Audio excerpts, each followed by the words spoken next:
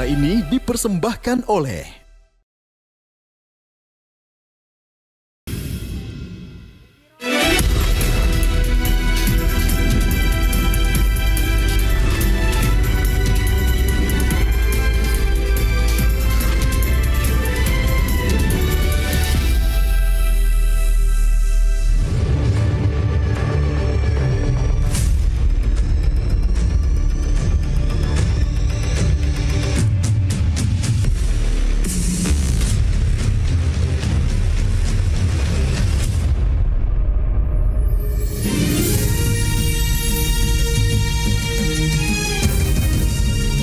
Disiarkan langsung dari studio MNC Conference Hall Ainus Tower, Jakarta. Inilah Rakyat Bersuara bersama Aiman Wicaksono.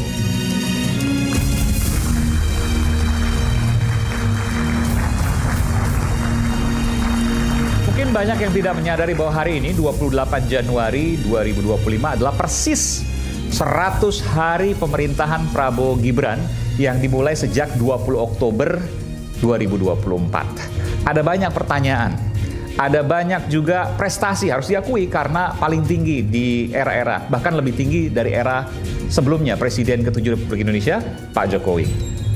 Dan ada pula yang masih terus menjadi tanya, apa itu? Pagar misterius. Dan juga banyak dari sebagian kita yang bertanya, adakah bayang-bayang Jokowi akan terus membersamainya ke depan? Kita akan bahas di Rakyat Bersuara, kali ini bersama saya Aiman Wicaksono. Kita simak segera Rakyat Bersuara. Saya akan panggil sejumlah narasumber istimewa saya ke panggung Rakyat Bersuara. Wakil Menteri Ketenagakerjaan, luar biasa nih, Bung Immanuel Ebenezer.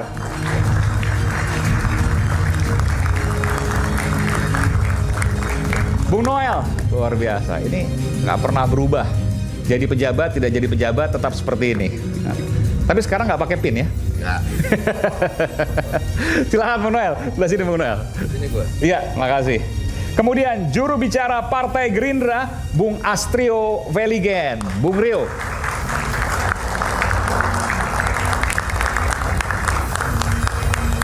Apa kabar? Sehat. Bung Rio. Bang Aman, apa kabar? Hormat dulu dong kita. Siap. Lalu kemudian Wakil Ketua Umum DPP Partai Amanat Nasional, Bang Saleh Daulay. Bang Saleh, apa kabar? Alhamdulillah. Pendekar kita. Siap. Lalu ada, luar biasa ini, panutan saya, pengamat politik yang juga Direktur Lingkar Madani, Bung Ray Rangkuti. Apa kabar Bung Ray? Baik, alhamdulillah. Silakan Bung Ray. Selamat tahun baru. Selamat tahun baru juga. Selamat puas 80%. Belum pernah tapi ya 80% kan? Belum pernah ya? Belum pernah. Targetnya 100%. Oh, target 100%, oke. Kemudian nanti kita akan tunggu pakar hukum tata negara Bung Ferry Amsari. Dan kita akan panggilkan juga pengamat ekonomi Bung Yanwar Rizky.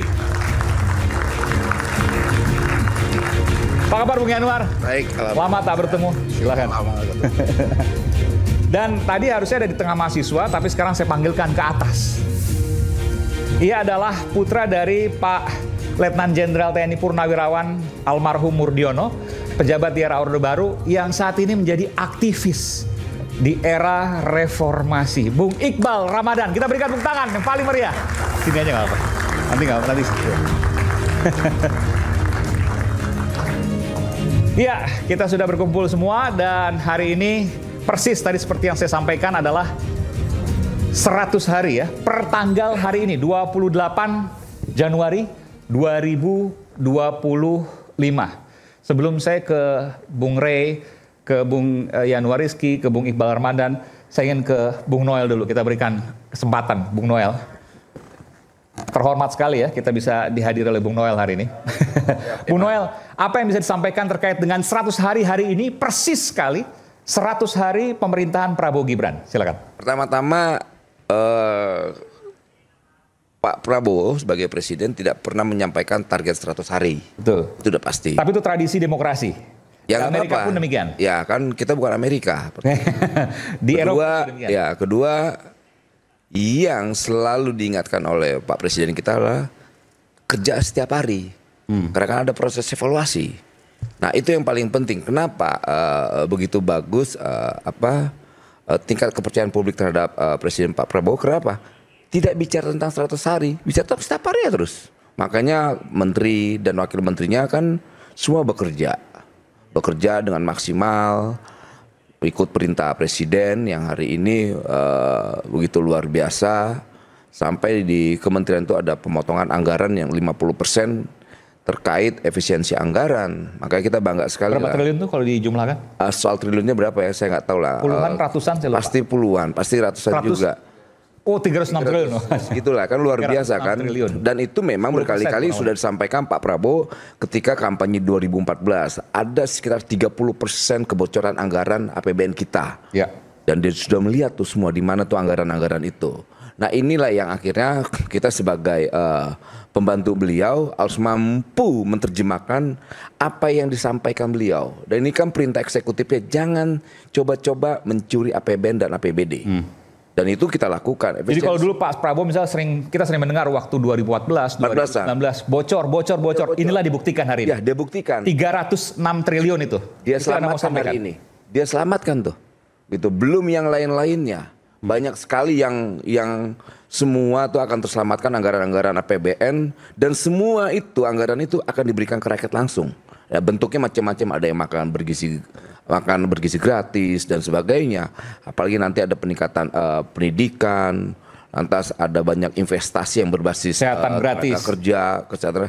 Artinya ini kan penting sekali bahwa konsistensi, integritas dan komitmen itu benar-benar dia buktikan. Jadi tidak omon-omon lah bahasanya Pak Prabowo yang selalu disampaikan beliau. Kita tidak omon-omon, pemerintahan yang tidak omon-omon. Jadi ya ini kan pemerintahan bisa diandalkan. Ini pemimpin yang bisa diandalkan. Kita butuh pemimpin yang bukan lip service yang cuman bicara masa lalu. Kita mau bicara tentang masa depan. Makanya Pak Prabowo selalu mengajak yuk kita bicara ke depan.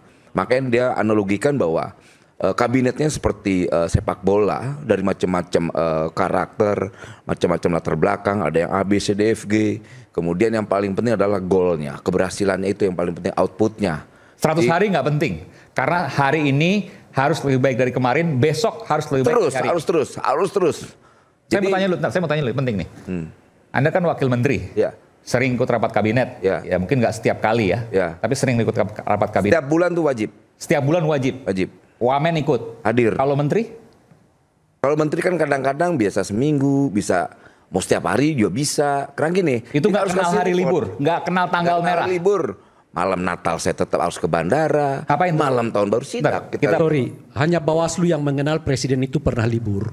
Hanya Bawaslu yang mengenal tuh. Pilkada kemarin kan ada pidatonya Pak Prabowo soal mendukung salah satu paslon. Oke. Lalu ditanyakan orang Bawaslu, lo itu presiden lagi libur kata dia. Jadi kita tetap intens, nggak pernah berhenti kita kerja. Ya. Gitu. Saya aja yang harusnya mendapatkan hak untuk yang namanya merayakan Natal. Ya karena ini perintah presiden. Sidak apa itu waktu itu? Ya waktu buruh ya. Pertama kenaikan harga tiket bandar di pesawat ya. Tapi kita dari aspek tenaga kerjaannya gimana kawan-kawan buruh. Dengan harga turunin, benar nggak turunin? Benar Pak. Lantas nyaman nggak? Pak Prabowo nanya langsung itu? Iya pasti ditanyain. Teks langsung. Mas Teddy langsung nyampein. Pak Noel posisinya di mana? Oh Mayor Teddy? Iya Mayor Teddy nyampein. Oh di sini. Pak Sekap. Oh ya sudah. Di bandara atau misalnya di bandara. Oke. Atas besoknya itu kita sidak lagi ke pabrik-pabrik. Mana pabrik-pabrik yang kerjakan buruhnya. Lantas bagaimana kewajiban perusahaan terhadap buruhnya. Dan ditanyakan lagi? Oh kita ditanyain di mana sekarang? Oleh Mayor Teddy juga? Semua ditanyain. Jadi laporan ke Mayor Teddy segala macam? Jalan semua laporan.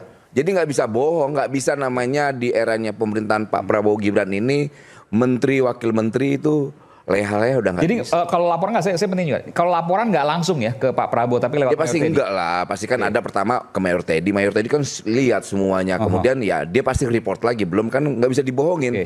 catatan digitalnya, laporan digital juga pasti ada juga. Kita bisa lihat berita lah apa dan sebagainya. Sempat disampaikan nggak? Kalau ke sidak, kalau kegiatan, tolong disampaikan juga selain ke saya, mungkin Mayor tadi bilang seperti itu ya. Selain ke saya juga sampaikan juga ke publik lewat media sosial, misalnya. Enggak ada. Kalau perintah itu enggak. Karena itu enggak penting untuk dia, untuk Pak Presiden enggak penting. Yang penting adalah dia bekerja, kemudian bukan kan pasti ada lah. Menteri-menteri dan wamennya harus laporan juga ke publik misalnya. Ya pasti ada lah. Itu kan penting, pertanggungjawaban publik itu penting. Tapi tidak diminta. Tidak diminta, tapi pertanggungjawaban publik itu penting. Itu menjadi penekanan Pak Presiden ke kita sebagai pembantunya. Mayor Teddy ke Wamen misalnya ke Abang gitu ya. Itu seminggu bisa berapa kali? Ya pasti ada lah ya, report apa lagi gimana. Lantas ya ada perintah-perintah yang disampaikan Presiden melalui Mayor Teddy disampaikan ke kita di grup gitu loh. Kan nggak mesti. Mohon maaf Bung Noel, memang di anggota kabinet itu masih ada mayor? Oh kalau gitu bukan mayor, kalau gitu lu kurang ajar juga. Saya mau tanya, Pak Teddy itu mayor atau anggota kabinet? Dia sekretaris kabinet. Oh sekretaris kabinet, bukan mayor kan? Bukan. Oh iya. Lu mau jebak lu kurang ajar. Seskap lah, Seskap kan sebutnya My Ted ya, oke. Tapi sering kalau misalnya ini karena langsung ya, dan saya biasa dengan Bung Noel itu terbuka karena demokrasi itu akan mati di dalam kegelapan. Ya. Ketika terbuka, tapi silakan kalau seandainya mau jawab silakan, enggak juga apa-apa kan itu hak. Okay. Kalau menegur itu di grup atau pribadi? Kan suka menegur banyak cara. Misalnya bisa juga langsung nyampein ke kita di telepon. Lantas bisa juga, tapi yang jelas secara etika nggak pernah mungkin di grup lah. Nggak mungkin di grup. Nggak mungkin, dia akan nyampaikan langsung gitu. Japri biasanya. Japri. Ya, kan ini era digital begini kan nggak mesti lagi harus pakai surat. Langsung japri aja langsung enak. Nggak dipersulit kan. Anda pernah tegur misalnya? Ya soal tegur-teguran udah biasa lah, namanya evaluasi. Jangan terlalu misalnya kayak Pak Wamen jangan terlalu kenceng, kita maraton Presiden karena energi kita nih kan ke depannya sih kenceng panjang. Soal apa nih? Soal sidak atau soal apapun bicara? Sidak atau apa gitu loh. Yang jelas pasti dia mau kabinetnya ini selalu full energinya ya, karena ini kan masih panjang, kita nggak tahu dinamika politik ke depan seperti apa. Makanya ya kita ini kan selalu dikasih nutrisi semangatnya Pak Prabowo ya, dengan pidato-pidatonya itu kan nutrisi yang luar biasa buat kita gitu. Ini datang ke Rakyat Bersuara, izin dulu nggak ke Seskap? Nggak gitu-gitu. Oh nggak gitu-gitu. Hal yang baik dibebaskan oleh Pak Prabowo. Lakukan aja hal yang baik buat bangsa ini. Ya. Dan ini semua Pak Prabowo pasti senang karena apapun yang kemudian disampaikan adalah untuk keterbukaan, transparansi. Ya, itu penting. Kan dia berkali-kali berkomitmen soal itu. Gitu. Apalagi dia tahu kita ini latar belakangnya aktivis 98, kemudian saya relawan beliau. Ya itu penting, pertanggungjawaban publik itu penting. Itu kan. Ada yang kemudian menganggap juga kan Pak Prabowo militer, ya. Jadi komunikasi itu satu arah dari Pak Prabowo ke bawah, top down. Saya mau tanya, seperti itu nggak di komunikasi kabinet? Pikiran saya juga begitu. Ternyata tidak. Ada proses dialog. Dari misalnya proses gimana? Ambalang. Bisa kayak Ambalang dulu, Ambalang apa namanya? Magelang lah. Retreat Magelang. Bayangan kita, waduh, kita disuruh ini, suruh itu, udah males saya. Sakit perut aja nih gue pasti nih, gue bilang sakit perut nih gue di militer dan begini. Ternyata tidak. Kan orang bayangan, wah akan dibangun budaya ketentaraan, budaya militeristik. Tidak, tuh nggak ada. Justru di situ dibangun nilai-nilai yang ada di tentara, di militer soal kedisiplinan. Misalnya apa? Misalnya tepat waktu, bangun pagi, responsibility dan sebagainya. Kan ada yang telat tuh kemarin, hukumannya apa tuh? Ya pertama ya pasti ya malu lah, masa nggak ada presidennya di depan, presidennya bangun lebih dulu, kita anak buahnya belakang. Tapi ada yang telat kemarin, nggak usah sebut nama, ada yang telat juga Pak? Gue yang telat. Ribet-ribet semuanya. Telat. Presidennya udah jam 3:30 datang, kita datang jam 4. Gimana? Presiden datangnya 3:30. 3:30 pagi nih. 3:30 pagi. Kita datangnya jam 4. Telat setengah jam. Ya aktivis bos. Lo bayangin di Magelang itu gue baru jadi pejabat, tiba-tiba bunyi trompet, toet.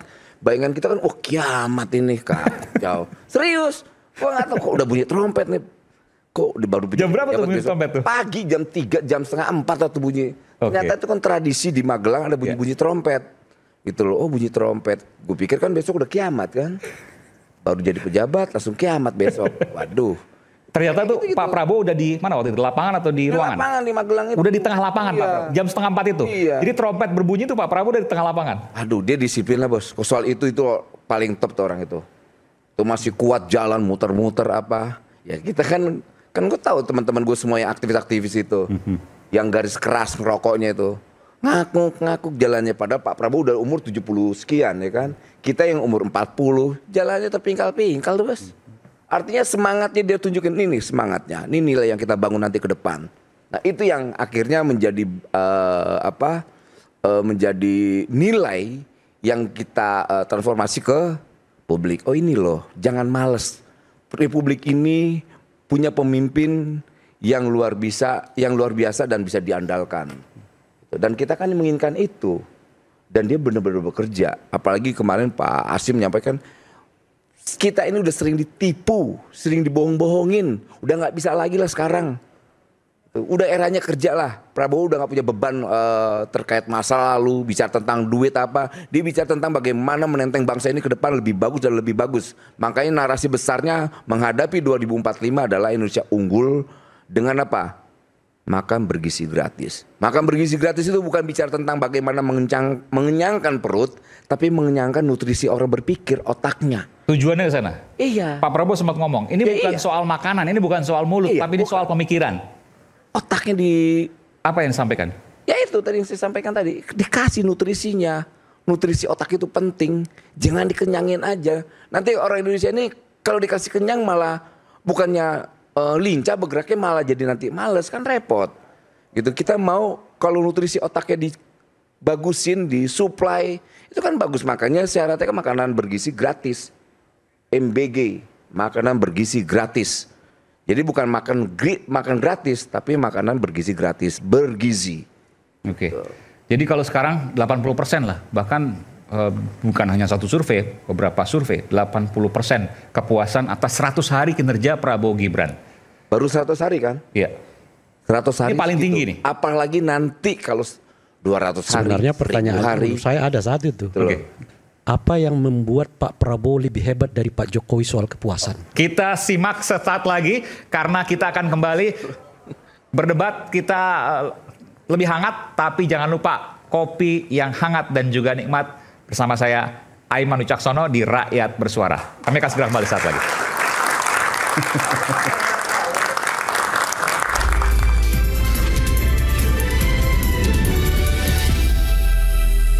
1% itu disumbang oleh beberapa itu program kan pemahamannya yang saudara Ray oleh Pak Prabowo. MBG mungkin 0, sekian persen, gaji guru 0, sekian persen, lalu gaji buruh 0, sekian persen, haji yang dimurahkan 0, sekian persen, gitu loh maksud saya. Jadi mungkin ini bahan evaluasi loh. Jadi MBG itu nggak sampai 1% loh efek kepuasannya kepada Pak Jokowi. Udah. Kalau cara lihatnya, cara penjelasannya. Ini kan Anda mengulang pernyataan Anda yang tadi nih. Iya. Ini kalau debat di sini jangan bolak-balik ngulang-ngulang pernyataan yang sama. Ya, habis waktu kita, durasinya habis, nggak bermanfaat.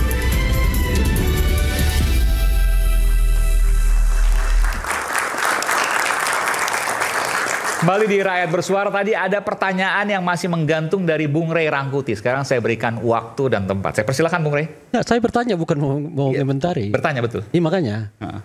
Kira-kira apa kiat Pak Prabowo sehingga bisa melampaui tingkat kepuasan dari Pak Jokowi dalam rentang cuma 100 hari.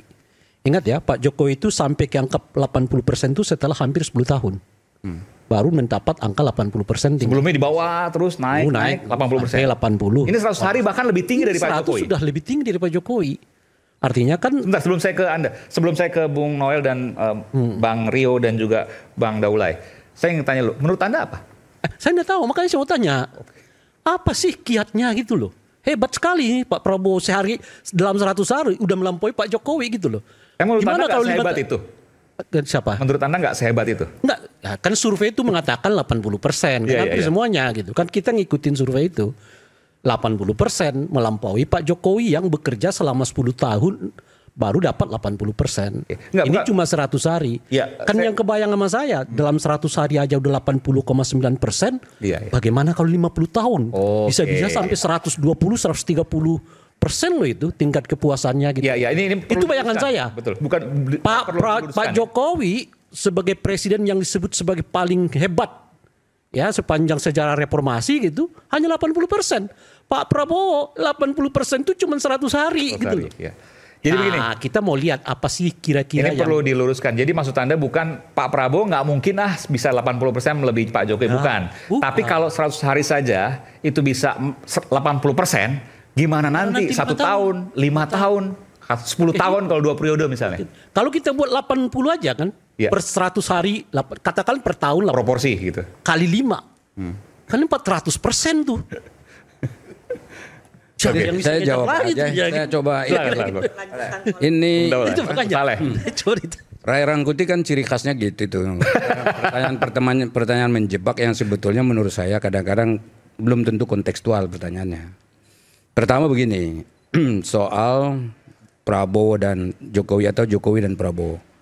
Pak Prabowo itu selalu menyatakan bahwa apa yang dilakukan pada masa dia sekarang ini adalah kelanjutan dari program-programnya Pak Jokowi. Jadi kalau sebelum turun Pak Jokowinya tingkat popularitas pemerintah pada saat itu kan udah di atas 70%, hampir 80% juga.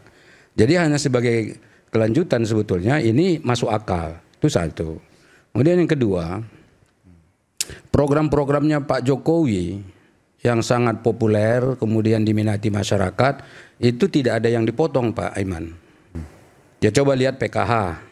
Ya, PKH itu masih, beasiswa PIP masih, malah ditambah MBG. Masa ya nanti itu dulu. Ini yang lama nih. Ya. Yang lama. Ini Bapak dengar dulu ini supaya kelihatan nih, supaya Pak Ray tahu ini kenapa bisa bertambah.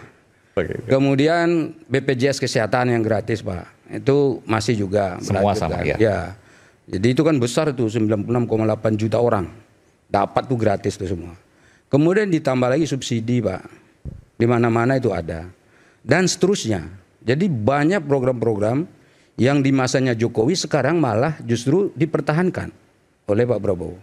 Nah sehingga wajar kalau misalnya masyarakat kenal betul ini. Jadi nggak ada yang terusik sedikit pun dengan keberadaan Pak Prabowo sebagai presiden. Lalu bertambah sayang dengan Pak Prabowo masyarakat ini. Dengan apa? Dengan program-program baru. Contoh guru. Guru kan sering katakanlah quote and quote ya agak terusik karena gajinya selalu di bawah rata-rata Pak. Ya, lalu sekarang Pak Prabowo menaikkan gajinya. Kemudian buruh kemarin, ya kan mereka datang belum apa, udah kita sesuaikan, ya enggak. Ongkos haji turun, kan jelas ini semua jelas Pak. Kemudian ada subsidi pupuk yang tadinya masih dipotong sana potong sini sekarang harus sampai ke rakyat.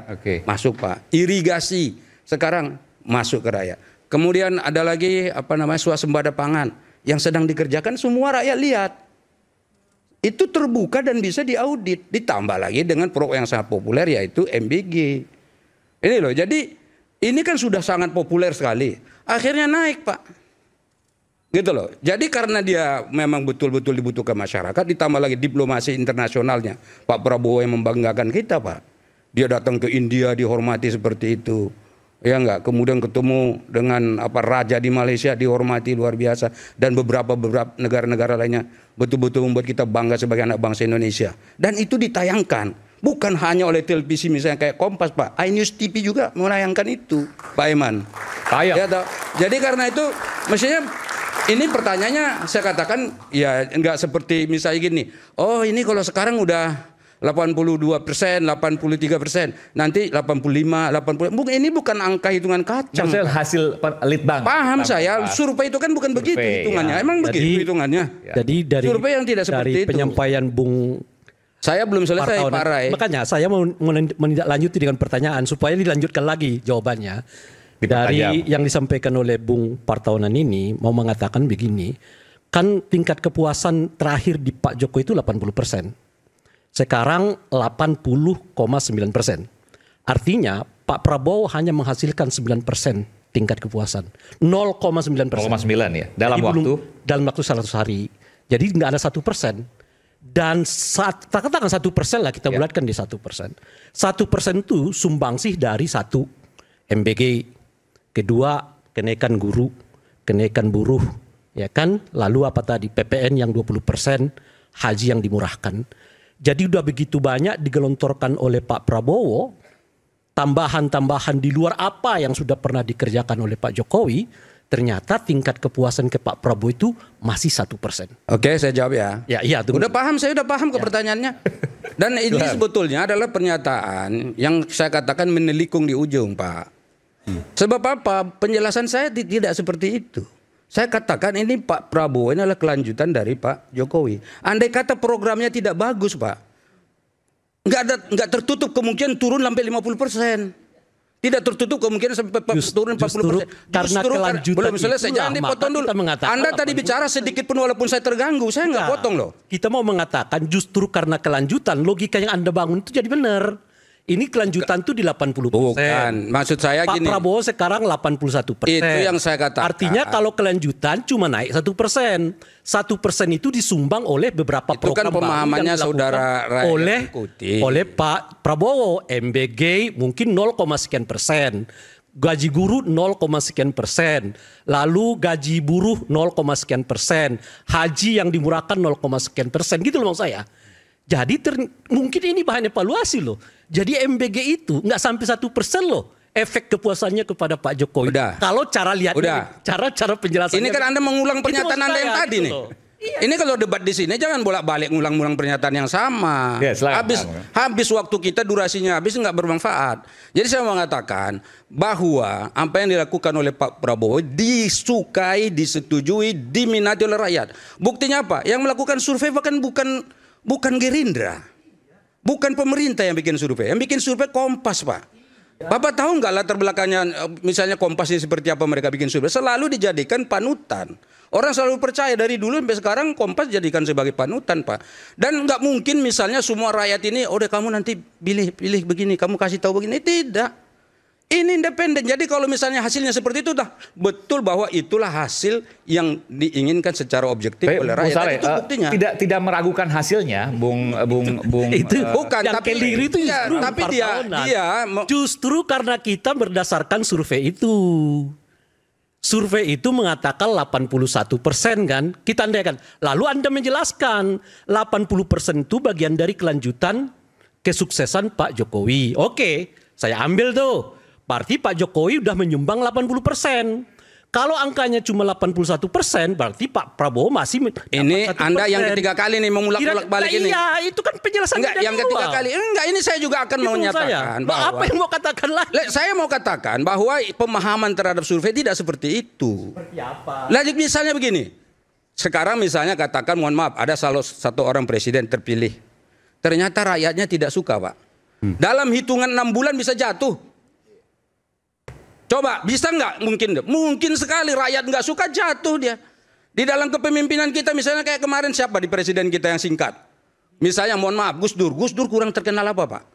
Wibawanya kiai besar dan semua orang suka dengan beliau. Tapi secara politik kan beliau tidak bisa bertahan juga. Tapi kan sistemnya bisa berarti kan. Jadi ini bukan karena misalnya ini degenerate ini 80 tambah 1 sama dengan 81 dan seterusnya. Emang sesederhana masa rangkuti pemikirannya. Yang paling konkret. Anda ini kan paham soal survei. Masa yang paling konkret justru karena itu makanya kita tadi kan masuk ke sini. Enggak, itu salah. Yang paling konkret itu adalah salah. Pak Soeharto hanya sekitar 7-8 bulan setelah ia dipilih yang kelima kali di dalam pemilu jatuh. Dan tingkat kemenangannya hampir 80%. Kalau Anda mau mengatakan begitu tuh, iya kan beda lagi. Ini berarti Anda membantah dan mendukung saya. Gus Dur dan Pak Harto kan beda sistem dengan sekarang. Kalau sekarang dipilih langsung. Bukan. Enggak. Oleh dan Sira ini langsung sekarang pada saat dia ngomong begitu tadi mengakui dan menyetujui apa yang saya sampaikan. Iya. Terbukti dengan Soeharto dia sendiri yang ngomong. Soeharto berapa bulan langsung jatuh. Kan saya tidak Padahal Soeharto itu sangat kuat. Saya tidak dalam polisi dipegang. Saya tidak dalam membantah pernyataan Bung Partonan. Mana ada pertanyaan saya yang mengatakan membantah? Bukan. Justru saya mengikuti alur berpikir Anda. Anda menyebut bahwa tingkat kepuasan kepada Pak Prabowo itu bagian dari kelanjutan tingkat kepuasan kepada Pak Jokowi. Jadi nggak dibeda-bedakan. Oke, saya ambil tuh. Boleh saya tengahi Bang Aiman. 80% tingkat kepuasan kepada Pak Jokowi yang sebelumnya diambil oleh Pak Prabowo Prabowo dibuat kreasi baru yang sekarang naik menjadi 81%. Tapi Pak Soeharto baru beberapa bulan terpilih, 7 bulan kalau tidak salah. Program-program baru Pak Prabowo terhadap itu presiden kepuasan itu Perdana Menteri di Thailand pun itu bisa langsung jatuh. Jadi ada banyak fakta dan contoh saya mengikuti alur berpikir Pak Partaonan, bukan membantah. Oke, baik. Ada banyak contoh di luar negeri di mana pernyataan Anda itu salah. Kira-kira kalau baru 1% kenaikannya dari Pak Jokowi dari begitu banyak program. Tadi katanya gini, sebentar ya Pak Iman ya, saya jawab yang ini ya. Kira-kira. Jadi begini, dia begitu menjawab dia tadi, langsung dia bilang sama kan setiap saya bertanya dijawab oleh dia. Artinya pertanyaan saya jadi baru begini, lagi. enggak, ini kan saya belum menyatakan pernyataan saya. Sebentar ya. Tadi waktu Pak Noel menjelaskan soal bagaimana Pak Prabowo begini, langsung dia bilang, ini baru berapa bulan udah sekian persen. Nanti bagaimana kalau sudah sekian tahun? Berapa persen ini? Dia takut menjadi 90%. Kan itu pemahaman yang saya dapatkan. Takut. Nah sekarang begitu saya terangkan penjelasannya, langsung dia bilang, berarti cuma 1% nih peningkatannya. Ini kan berarti logikanya salah. Paman saya sebelumnya kan begitu. Makanya saya tanyakan, apa dan ada banyak contoh di negara lain, di negara kita juga. Saya tidak melihat menunjukkan bahwa logika Anda dalam salah. Kepuasan terhadap Pak Prabowo. Maka saya tanya, kira-kira apa kiatnya? Pak Prabowo kok sampai 81%? Udah saya terangin kan? Nah, dijelaskan oleh Bung Partaonan. Udah saya terangin. Dan saya belum selesai langsung Anda potong. Penjelasannya adalah 80% itu kelanjutan Pak Iman, itu saya masih ada setengah lagi yang belum saya jelaskan. Misalnya saya balik lagi. Oke, kalau begitu. Saya kan belum menjelaskan setengahnya lagi. Gitu loh. Karena terus misalnya gini loh ya. Ada tadi sebetulnya penjelasan tambahan. Misalnya penegakan hukum, Pak. Penegakan hukum sekarang kan orang semua senang. Misalnya kayak MK, ya Mahkamah Konstitusi tiba-tiba memutuskan bahwa tidak ada presidensial threshold. Emang Anda pikir Pak Prabowo tahu soal pemutusan? Enggak tahu, buktinya jalan, enggak diintervensi. Ya kan? Kemudian apa lagi? Ya ini si A dijadikan tersangka, si B dijadikan tersangka. Ini menarik nih. Loh, ini artinya bahwa penegakan hukum jalan di Indonesia. Rakyat lihat gitu loh. Ini bagian daripada keberhasilan. Pak Taonan mengatakan salah satu keberhasilan Pak Prabowo itu adalah penegakan hukum terjadi. Oke, kita ambil tuh ya. Apakah Anda mau mengatakan di zamannya Pak Jokowi penegakan hukum tidak sebagus di eranya Pak Prabowo ini? Ini kelanjutannya. Dan saya katakan kan kelanjutan. Bagaimana sih dari tadi ini berpikirnya bolak-balik. Sudahlah Pak, kalau soal putar-memutar cerita ini. Kalau itu kelanjutan. Saya belum selesai nih. Kalau itu kelanjutan, tidak usah Anda jelaskan. Karena itu bukan barang baru. MBG itu barang baru, perlu dijelaskan. Menolak 12% itu barang baru, perlu dijelaskan. Tapi kalau penegakan hukum yang sudah benar di zamannya Pak Jokowi seperti Anda sebut, dilanjutkan oleh Pak Prabowo, itu bukan barang baru, nggak usah dijelaskan. Udah masuk tuh ke angka 80%. Jadi begini Pak Rai, tadi kan Anda menanyakan apa saja. Jadi pada masanya Pak Prabowo ini semua yang diinginkan oleh masyarakat itu memang dipenuhi. Langsung atau tidak langsung. Jadi kalau Anda misalnya minta, ini pokoknya kita buat garis demarkasi, sebelah kiri begini, sebelah kiri begini. Oh ini kelanjutan, ini enggak kelanjut. Ini bukan hitung-hitungan angka-angka seperti itu Pak. Ini pemerintahan Republik Indonesia ini lebih rumit daripada Anda pikir. Ada 275 juta rakyat Indonesia yang diurus di sini. Iya kan, mulai dari sekolahnya, kesehatannya, makannya, pekerjaannya. Enggak segampang itu. Jadi karena itu jangan Anda masuk langsung begini setengahnya ini begini Pak Rai. Saya ini pendukung Prabowo. Udah 15 tahun sebelum dia jadi. Gak pernah pindah-pindah. Tidak pernah pindah. Dan saya ikut debat-debat di semua televisi pada saat pencalonan dia Pak. Dan saya tahu persis bagaimana memperjuangkan ini. Dan saya tahu persis bagaimana logika berpikir yang dibangun kemarin Prabowo ketika ikut dengan Pak Jokowi, Anda nggak pendukung Pak Jokowi? Saya tidak dukung Jokowi. Oh enggak. Memang Presiden Jokowi tidak didukung oleh PAN Pak. 2 kali kita tidak dukung. Kan harus terbuka. 2 kali kita tetap jujur kita tanya. Ya kan? 2 kali. Jadi nggak pernah dukung Pak Jokowi, gabung sama Pak Jokowi, gitu loh kira-kira. Kok gabung dengan Pak Jokowi gimana? Kita sekarang mendukung Pak Prabowo. Kemarin kita diminta. Gini loh. Lupa. Ini begini. Saya tidak menolak itu juga. Kita diminta bergabung, Pak, bukan minta-minta. Itu Anda salah berpikir lagi nih. Diminta bergabung? Diminta untuk bergabung ke kabinet. Karena kita diminta bergabung, ya tentu untuk pengabdian kita bagi Republik. Nah, maksudnya kita Pak masuk. Jokowi apa maksudnya? Kan maksudnya pemerintahan Pak Prabowo. 2 tahun sebelum habisnya periodenya Pak Jokowi, kita diminta bergabung. Ya. Jadi ternyata menurut mereka pergabungan itu bukan karena mereka menginginkan, Tapi Pak Jokowi Meminta. yang Memang diminta, Pak. Karena diminta maka masuk, meskipun mereka nggak mendukung Pak Jokowi. Tentu saja hukumnya setelah masuk ke Pak Jokowi ya mereka mendukung Pak Jokowi. Itulah hukumnya. Kalau mereka tidak mendukung, mereka akan menolak permintaan itu. Kira-kira begitu. Saya tanya Pak Rai, emang sekarang Muhaimin Iskandar nggak dukung Pak Prabowo? Nah itu tanyakan ke Muhaimin. Loh, ya enggak, Anda tadi ngomong Makanya, begitu. Tanyakan Dia ke sekarang Muhaimin. masuk di dalam kabinet. Saya juga bingung tuh. Bukan, logika berpikir Saya Anda juga- itu salah gitu. saya kalau juga misalnya bingung. bolak-balik Kok bisa membandingkan. gitu loh? Begitu saya Kita kembali mencoba saat lagi membandingkan, tetap Anda bersama jadi kami di salah. Rakyat Bersuara.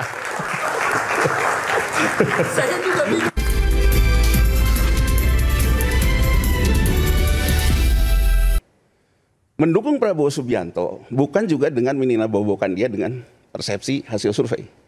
Tapi kita sebagai rakyat bersuara, kita juga perlu baca ke depan, Pak, resiko kita ini. Kita membutuhkan harapan Anda on comment.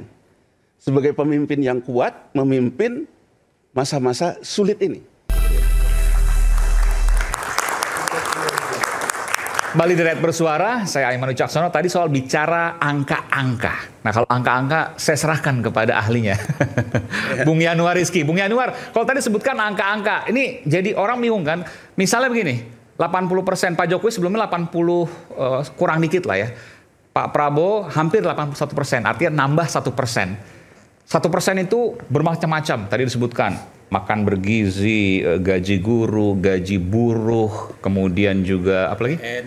PPN 12% ditolak. PPN hanya yang barang mewah saja dan lain sebagainya. Itu kalau menurut Bang Rey hanya 1% naiknya. Tapi kalau menurut Bang Saleh itu kelanjutan yang memang luar biasa. 100 hari naik 1% dan belum pernah terjadi sebelumnya. Gimana? Baik, ini ya saya coba melihatnya di sudut netral antara pandangan Bang Daulay dan kritisi dari Bang Rey.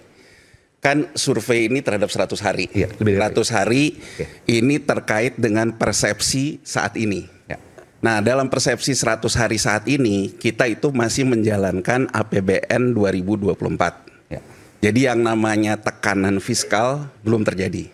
Ya, jadi artinya kalau kita lihat dari sisi itu, penopang utama belanja fiskal di 2024 ini kan lebih banyak ke bansos.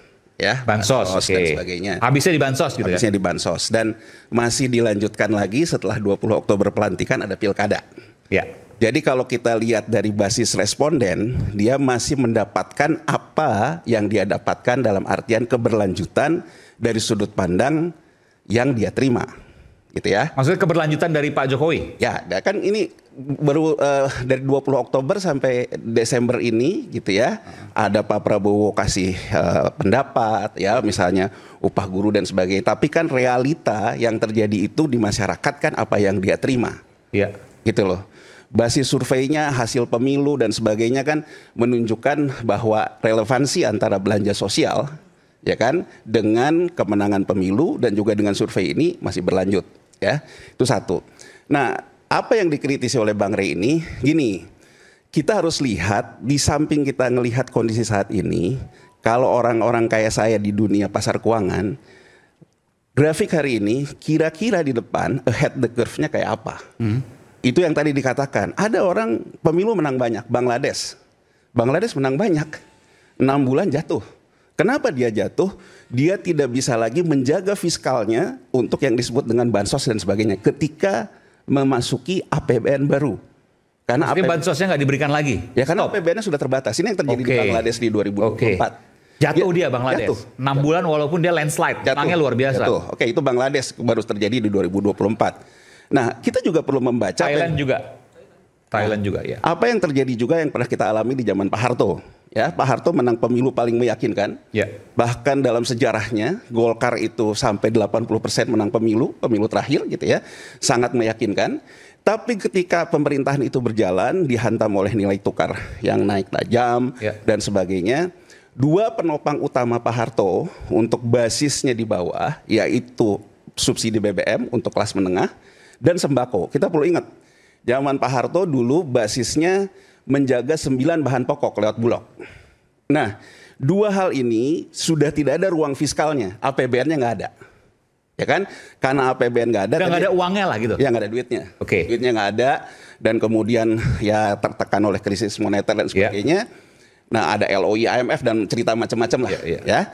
Maka orang yang tadinya memberikan persepsi positif langsung berubah drastis, terutama di basis yang di bawah, yang memang kalau sepanjang saya dapat, ya saya pilih Anda. Kalau nggak dapat, nggak pilih Anda. Ini juga yang bisa menjelaskan fenomena kenapa pemilu kita menjadi sangat mahal. Karena akhirnya realitanya seperti itu. Suara dibeli dengan apa yang saya terima. Dikasih terus ya dipilih, nggak dikasih ditinggalin.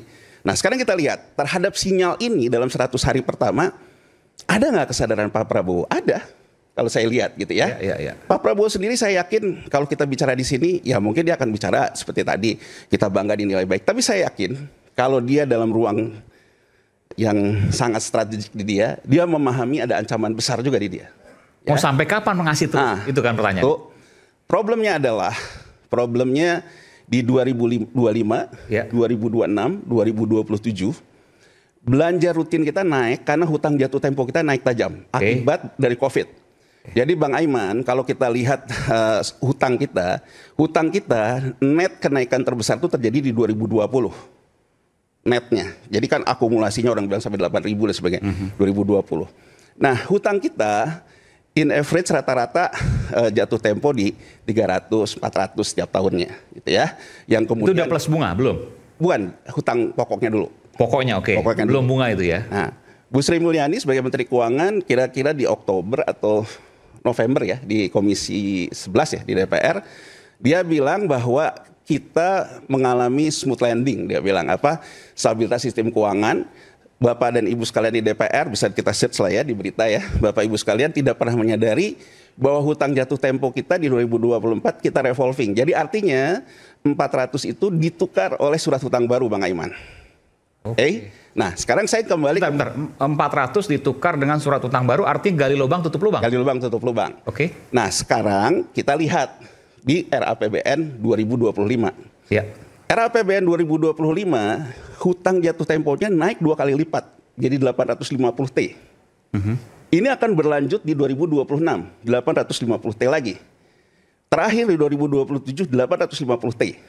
Nah, pendekatan anggaran kita cash basis. Jadi artinya berapa penerimaan, berapa belanja, sisanya dibayar oleh defisit hutang.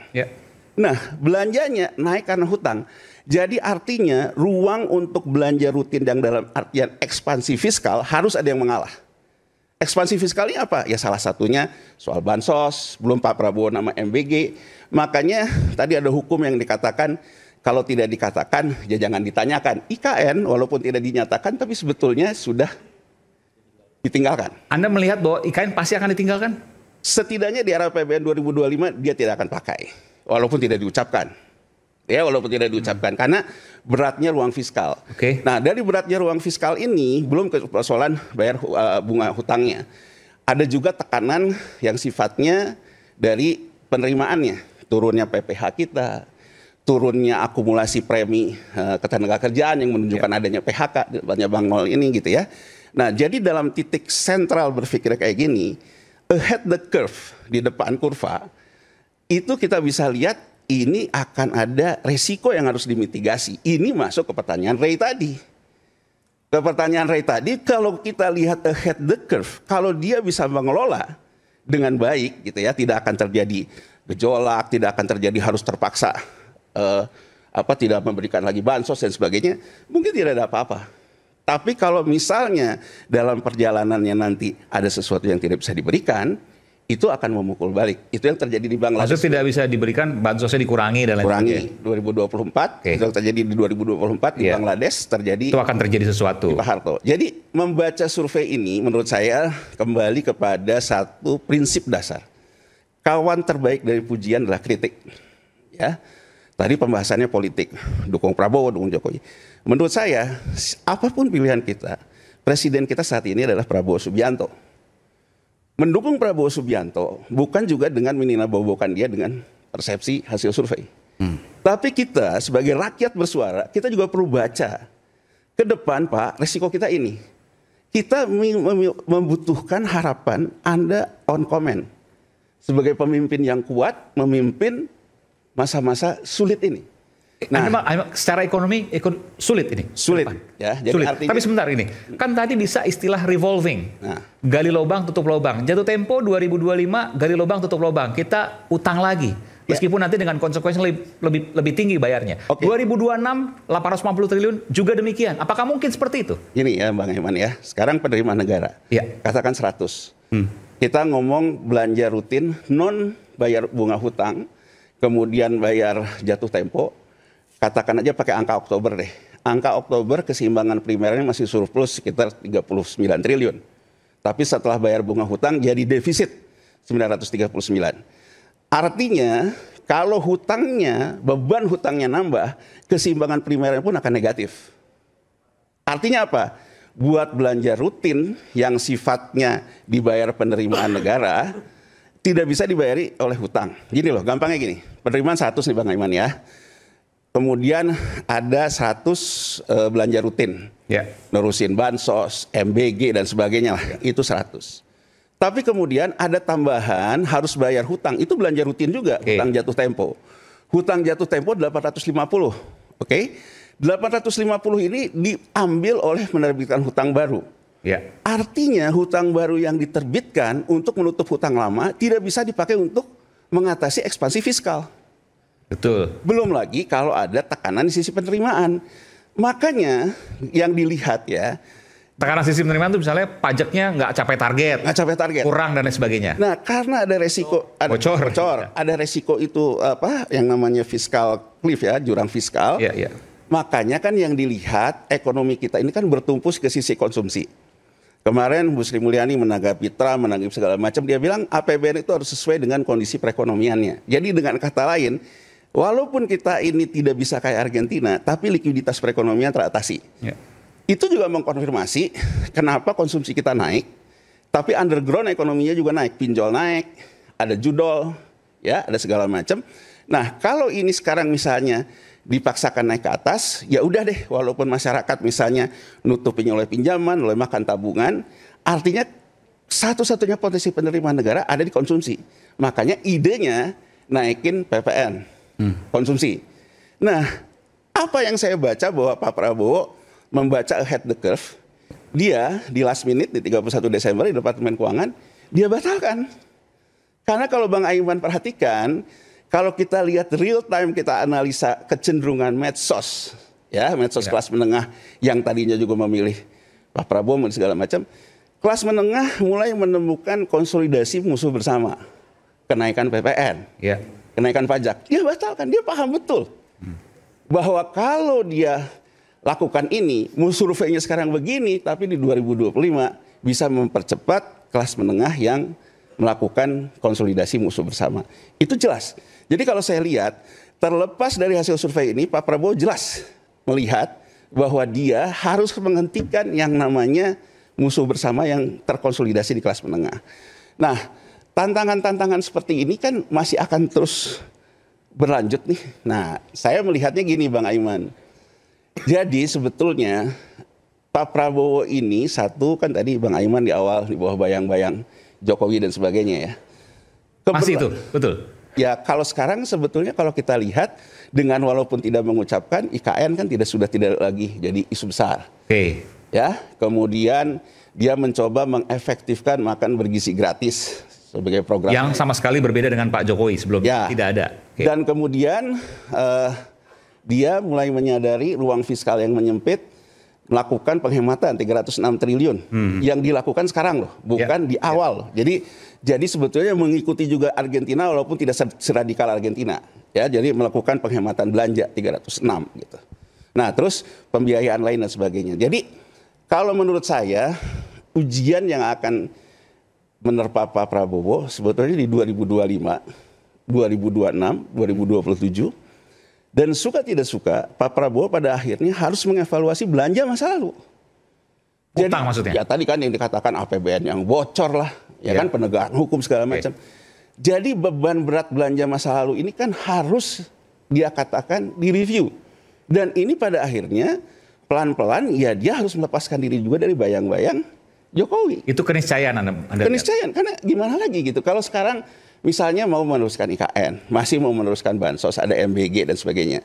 Nah, saya melihat gini Bang Aiman, pendekatan kita kan masih melihatnya project base ya. Ini yang selalu dikatakan oleh Pak Prabowo dengan di kabinetnya kita harus sama, chemistry-nya sama, segala macam.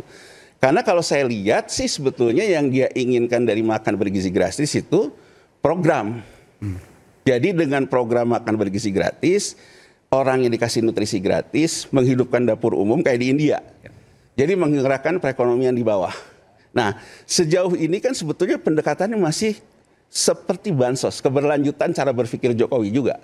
Project base. Jadi intinya ada sekitar 10.000 per orang, belum cycle-nya itu belum berputar. Ya, jadi artinya ini menurut saya kalau Pak Prabowo bisa mendrive apa yang dia inginkan ya menjadi program. Nah, kan kalau di India kan basisnya juga menggerakkan CSR-nya swasta, bukan hanya APBN saja. Jadi artinya ada pembiayaan non APBN yang didorong untuk pembiayaan pembangunan. Jadi begini, kalau kita bicara apa yang akan, saya langsung pertanyaan ya, apa yang akan dipreteli oleh pemerintah, nanti silahkan dibantah, preteli dari pemerintahan Pak Prabowo ini atas pemerintah Pak Jokowi, IKN. Ya. Satu. Jadi kedua, kalau sinyalnya kemarin dengan IKN padahal Pak Prabowo akan menyampaikan 28 pertama tahun 2028 akan pindah ke sana. Ya, jadi dua hal terkait IKN itu memang sebenarnya pertama sudah ada di dalam ketika pada saat itu era APBN 2025 yang sekarang sudah menjadi Undang-Undang APBN 2025. Nilainya adalah 15 triliun dan baru kurang lebih sekitar 1 minggu yang lalu otorita IKN itu sudah bertemu dan dipanggil langsung oleh Presiden dan sudah menyatakan komitmen bahwa IKN akan berlanjut dengan nilai total investasi itu sekitar 40-50 triliun sampai tahun 2029. Nah, yang perlu kita pahami, Bang Aiman, memang struktur pendanaan itu tidak harus rigid selalu bersumber daripada APBN. Salah satu contoh yang ketika Presiden mengatakan kerjasama dengan swasta untuk pembiayaan infrastruktur, itu menunjukkan bahwa ini merupakan kerjasama di mana pembiayaan fiskal itu tidak melulu harus menggunakan. Oke. Ini soal IKN misalnya ya. APBN. Oke, nanti saya. Nah, oke. Jadi nggak semua. Kalau tadi kan semua APBN. Ternyata nggak juga bisa kerjasama. Ya, memang. Jadi statement Pak Prabowo di Kadin itu sama persis dengan apa yang dilakukan oleh Soeharto tahun 80. Bahwa engine pertumbuhan program ekonomi negara dijalankan oleh swasta. Jadi kalau kita lihat tahun 80, disitulah sebetulnya awal munculnya orang bilang naga-naga sekarang. Awal munculnya juga para founding fathers HIPMI dan Kadin, gitu ya, yang artinya pengusaha politik. Sektor swasta lah. Sektor swasta. Nah, jadi kalau dilihat ke sana, ada program quick win-nya pemerintah di tahun 80 dilakukan oleh swasta dan BUMN. Ya. Nah, apa yang dikatakan Prabowo di Kadin itu seperti itu. Jadi dia seolah-olah dia ingin mengatakan bahwa Kadin, ya kan, memimpin lagi untuk sektor swastanya. Nah, ada satu hal sebetulnya yang dilaksanakan ketika dia membentuk kabinet dan sampai sekarang belum jalan. Ya. Pembiayaan pembangunan yang dikomandoi pemerintah tapi di luar APBN, yaitu Danantara, BP Investasi Danantara. Yang sementara ini ditunda dulu. Ditunda dulu. Oke. Ya, itu sebetulnya kalau Prabowo sekarang dengan ruang fiskal yang sempit yang dikatakan oleh Mas Gerindra tadi, artinya BPI Danantara sebagai engine sekuritisasi non-APBN harus segera direalisasikan. Karena sekuritisasi non-APBN ini yang akan menjadi pasangan uang masuk dari sektor swasta.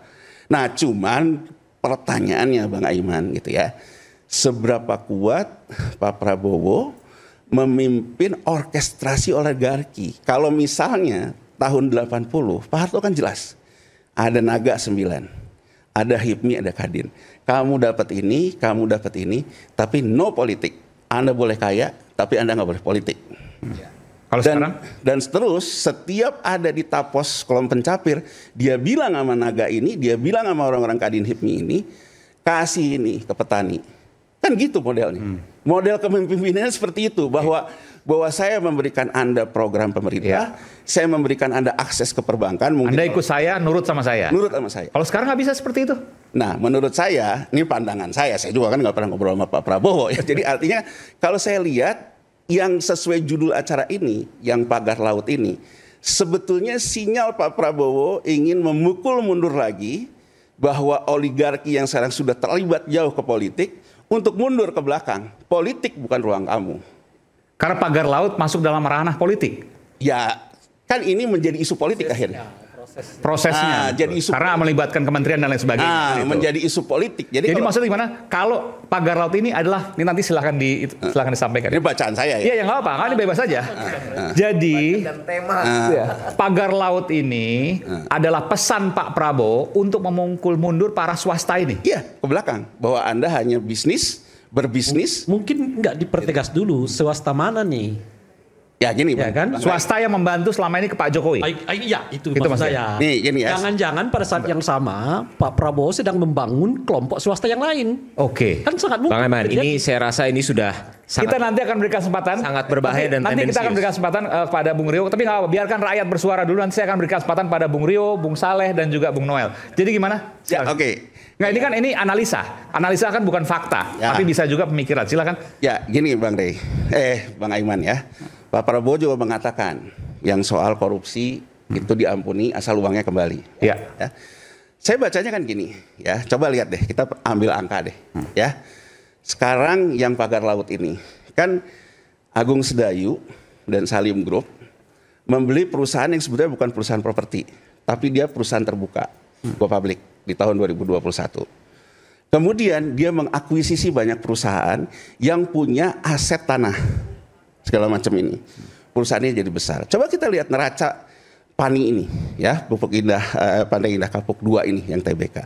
Kalau kita lihat ya, persediaan lahannya, bank land-nya di asetnya itu 34 T, ya. Modal di store-nya hanya sekitar 7 T. Leveraging-nya dari mana? 11 T ada orang yang udah beli gambar, beli cerita, 11 triliun uang muka nasabah gitu ya. Kalau kita lihat lagi di aset, ada aktifannya itu dari tax amnesty. Jadi kurang lebih kalau kita baca, uang tax amnesty dimasukin tapi di leveraging kan sebesar itu. Nah, jadi kalau kita lihat seperti itu, menurut saya, Pak Prabowo melihat potensi itu. Dia melihat potensi orang, kan gini lah, kalau kita bicara sekarang siapa sih oligarki? Oligarkinya Pak Harto sama oligarki sekarang sama. Bedanya sekarang sama. Bedanya sekarang anaknya, dulu bapaknya. Ya sama aja gitu, oligarkinya itu aja. Mau di HIPMI, mau di Kadin gitu ya. Dan kemudian mau yang naga itu sama itu. Jadi kalau menurut saya ada satu ide besar mungkin dari dia, ya. Dia ini Pak Prabowo maksudnya? Dari Pak Prabowo mungkin ya. Dan menurut saya kalau saya juga ditanya oleh Pak Prabowo, saya mungkin akan mengusulkan itu. Udah Pak, sekarang kita sisir aja. Berapa sih beban hutang kita yang 8.000 triliun ini? Yang bawaan dari masa lalu, obligasi rekap segala macam. Tax amnesty kayaknya kurang efektif. Udah kita kasih aja Danantara. Danantara terbitin, mereka masukin deh uangnya. Gitu kan, masukin uangnya untuk sekuritisasinya kemana ya? Jangan properti Bang Aiman. Ke daya kerja rakyat. Tidak ada negara besar yang kasih makan besar, even Pak Harto. Pak Harto tidak tahun 80 dia bisa melakukan itu. Sebelumnya apa? Quick win dia. Transmigrasi dan Tabanas.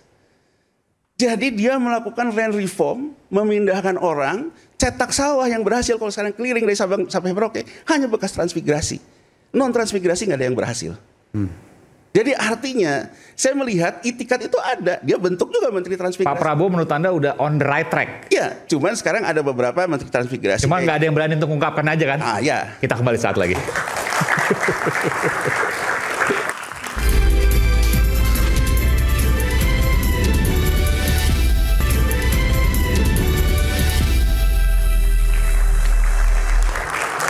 Tadi ada hal yang menarik disampaikan oleh Bung Yanuar Rizky, pengamat ekonomi, bahwa saya ambil kata-kata yang sederhana aja supaya gampang dipahami ya, bahwa kasus pagar laut ini itu adalah kocok ulang swasta pendukung pemerintah yang akan diubah utaranya. Pemimpin perusahaan-perusahaan swasta. Ya, jadi cara pemerintah dalam hal ini presiden memimpin swasta yang mendukung dia. Nggak mau dengan cara yang Pak Jokowi ada, tapi mau dengan aturan yang baru. Aturan yang baru. Jadi bisnis ya bisnis, jangan ikut campur, politik adalah ruang saya. Dan itu sudah dilakukan Orde Baru. Orde Baru. Dan itu akan dikembalikan ke sana. Ya, kalau dulu zaman Pak Jokowi, bisnis dan politik campur. Ya campur dan kemudian kan gini. Contoh di pagar laut misalnya, atau perusahaan, kalau nggak usah pagar laut ya, misalnya perusahaan apa yang kemudian ikut politik juga, ikut bisnis juga. Misalnya apa yang gampang dicerna? Ya kan gini ya, kalau kita lihat ya. Soal konflik kepentingan, ya, terutama Jokowi yang periode kedua, itu sudah bias betul. Jadi orang misalnya, ya menteri, ya dia juga pengusahanya. Ya gampang lah, Menteri BUMN gitu ya. Dia juga pengusaha juga gitu kan. Itu kan sebetulnya politik pengusaha di dia. Pak Prabowo nggak akan mau seperti itu. Itu bacaan nanti kan bisa dijelaskan. Ya bacaan saya. Jadi kalau bacaan saya dengan sinyal-sinyal dia ingin menggelorakan lagi kebijakan tahun 80 yang saya tahu tahun atau misal dulu ada duta besar yang juga kemudian pimpinan perusahaan besar. Nah, itu kayaknya mau dia mulai tertibkan lagi bahwa orang yang di bisnis gitu. Dan secara ekonomi itu positif. Harusnya begitu memang. Ya, jadi begini. Sebelum ini ya, itu kan sebetulnya sikat aja. Itu kalau yang di kabinet sekarang itu berapa banyak pengusaha yang berarti kan bertentangan nih. Ya nggak mungkin diganti semua. Anggota kabinet yang paling kaya itu siapa coba kan? Kan di kabinet yang paling banyak duitnya. Dan kemudian berapa orang anggota kabinet yang pengusaha semua? Nggak masuk akal yang sampaikan. Ya nggak masuk akal dong untuk bertentangan dengan kenyataan yang ada kok. Justru beliau sebagai presiden merekrut mereka yang memang pengusaha. Contoh, saya tahulah Ibu Widianti itu. Saya sebut saja namanya, Menteri Pariwisata kita. Sebetulnya beliau nggak punya cita-cita dari menteri, Pak. Setahu saya beliau diminta untuk membantu presiden. Ini menteri paling kaya kan disebut? Ya, menteri paling kaya, pengusaha besar, dan dia saya kira bayar pajak, Pak. Dan nggak mungkin juga di reshuffle gara-gara misalnya menteri politik, ekonomi. Iya, dan beliau itu kan bersih, artinya bayar pajak lalu dia laporkan kekayaannya kan biasa saja. Kenapa mesti harus ditakuti sesuatu yang benar begitu loh? Kalau dilihat sekarang on curve di dalam kurvanya betul yang dikatakan tadi. Tapi menurut saya dengan sinyal-sinyal ini kita harus membaca Pak Prabowo adalah tipe intelijen. Jadi yang harus kita baca, ini bacaan saya ya, saya nggak pernah ngobrol sama Pak Prabowo juga. Jadi kalau menurut saya, dia membiarkan orang terjebak dengan permainannya sendiri. Jadi artinya kalau misalnya nanti, ternyata ini, nah terjebak dan sebagainya. Konflik misalnya, konflik kepentingan. Konflik kepentingan dan sebagainya, nah itu mungkin akan terjadi. Jadi betul, ini asumsi saya dalam melihat. Tapi gimana jawabannya tadi? Kalau seandainya memisahkan antara politik, bisnis dulu zaman Pak Harto, seingat saya nggak ada bisnismen yang jadi politik ya, nggak jadi menteri, seingat saya. Hanya terakhir aja Bob Hasan, tapi itu yang udah di ujung, tapi di awal-awal memang tidak ada. Kalau sekarang kan keniscayaan nggak mungkin. Di ujung kan, tapi di awal-awal tahun 70, 80-an kan tidak pernah ada, betul. Seingat saya seperti itu. Jadi kalau menurut saya, kalau misalnya dilanjutkan terus seperti ini, konflik kepentingan, kalau kita ada... Tapi gimana penjelasannya? Kalau sekarang kan banyak pengusaha-pengusaha, kan nggak mungkin juga reshuffle semua hanya karena mereka begini. Ada dua asumsi kan, sekarang ada dua asumsi nih. Asumsi pertama, bahwa yang dikatakan tadi, semua pengusaha ini diajak, berarti melanjutkan cara dan tradisi Pak Jokowi. Ya. Asumsi kedua yang saya bilang tadi, dia mulai akan membangun barisan dia, tapi dengan soft power, bukan hard power. Pelan-pelan sampai orang terjebak sendiri, sampai akhirnya dia melakukan restrukturisasi. Dua hal ini Mas Aiman akan ditentukan sebetulnya kita mampu nggak mengelola yang namanya paling bawah, tetap dapat yang namanya belanja bansos, MBG. Tujuannya itu emang. Yang di tengah dia tetap punya pekerjaan. Kelas menengah, Ya, yang di atas dia bisa mendapatkan konsesi yang juga win-win buat dia. Bisnis, Sepanjang itu yang terpenuhi, mau ini meneruskan Pak Jokowi, ya seperti Pak Jokowi. Sampai 2 kali, bahkan sampai terakhir pun surveinya masih bagus. Karena bumerang fiskalnya belum terjadi. Tapi kalau kita belajar dari Soeharto, bumerang fiskalnya terjadi, ya dia terhunus. Jadi kalau menurut saya, sesuai dengan kita bersuara ke pemimpin, Anda punya pilihan.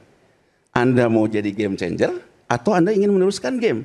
Kalau Anda ingin meneruskan game, sepanjang Anda yakin bahwa Anda masih punya kekuatan, ya Anda akan selamat. Tapi kalau tidak, ya Anda harus jadi game changer. Kan Bang Aiman baru dari ketemu Donald Trump. Donald Trump itu 36-nya itu game changer. Jadi artinya game changer bagaimana dia melakukan sebuah perubahan kondisi. Atau kita ratusan perintah eksekutif langsung ditandatangani yang berubah semua. Jepang masuk tahun 42 Bang Aiman. Untuk memutus pengaruh VOC, dia kan melakukan juga yang namanya lockdown waktu itu. Untuk tidak boleh ada hubungan dengan VOC dan sebagainya. Itu kan memang cara-cara melakukan game changer. Jadi kalau saya ditanya, asumsi saya ya dua asumsinya.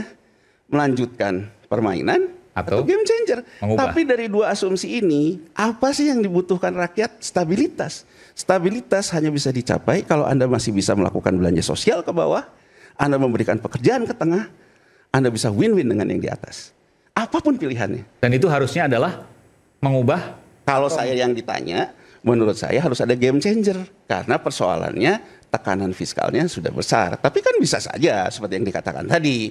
Pak Prabowo nggak seperti saya. Tapi kan kalau saya ditanya, kalau saya ditanya membutuhkan game changer. Silakan. Nah, Bang Aiman, jadi begini. Memang kalau kita berbicara kembali lagi ke spirit topik hari ini, kepuasan masyarakat terhadap pemerintahan Presiden Prabowo, itu memang kita tidak bisa. Dan juga ada pagar laut tadi. Tidak bisa mengkuantifikasi apakah program A ini bobotnya sekian persen, program B ini bobotnya sekian persen. Tapi ini merupakan sebuah kontinuum, sebuah harmonisasi di mana kepuasan itu terbentuk akibat kebijakan-kebijakan yang rakyat merasa dan rakyat percaya bahwa itu adalah kebijakan-kebijakan yang pro untuk rakyat. Nah, maka daripada itu kita perlu membedah satu-satu. Kira-kira apa sih komponen-komponen atau yang seperti yang biasa saya sebut ini gol-gol yang sudah terjadi di 5 menit pertandingan sepak bola ini, yaitu di 100 hari pertama ini.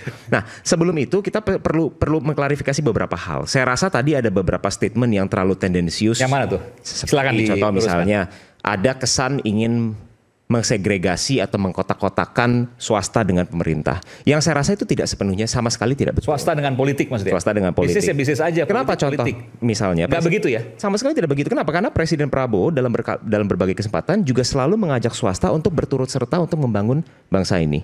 Untuk membangun, berkontribusi, menggunakan kontribusi swasta untuk program-program pemerintahan. Inilah yang namanya kolaborasi antara publik dengan private. Jadi sama sekali tidak ada segregasi seperti itu. Enggak, kalau soal itunya betul, Mas. Yang saya maksudkan itu pengendalinya.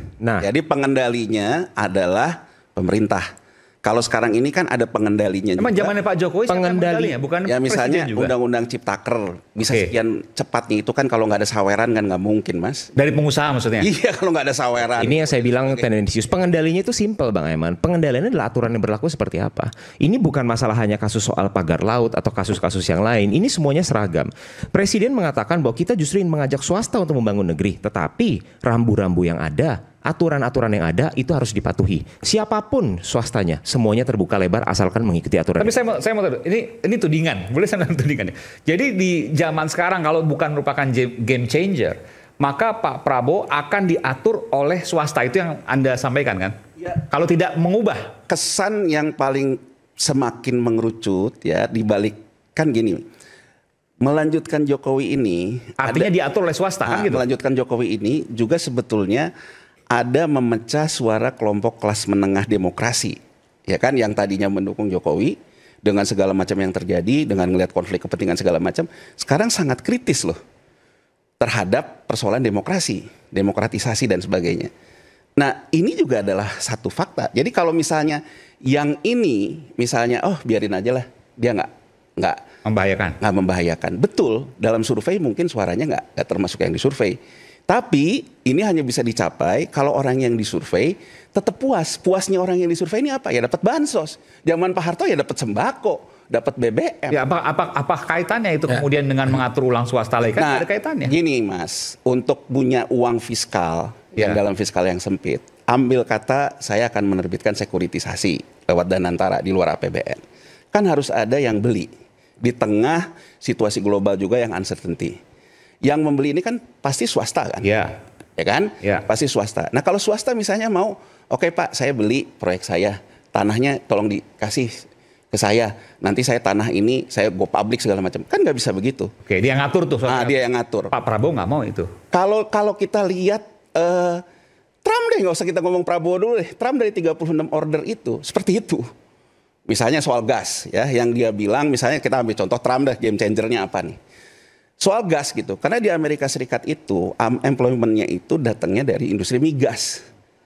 Kalau dia tidak membuka yang namanya industri oil and gas-nya dan terus menginsentif energi alternatif EBT, maka pekerja tradisional dia tidak mendapatkan ruang untuk keberlanjutan. Itu untuk pemilih, Mas Aiman.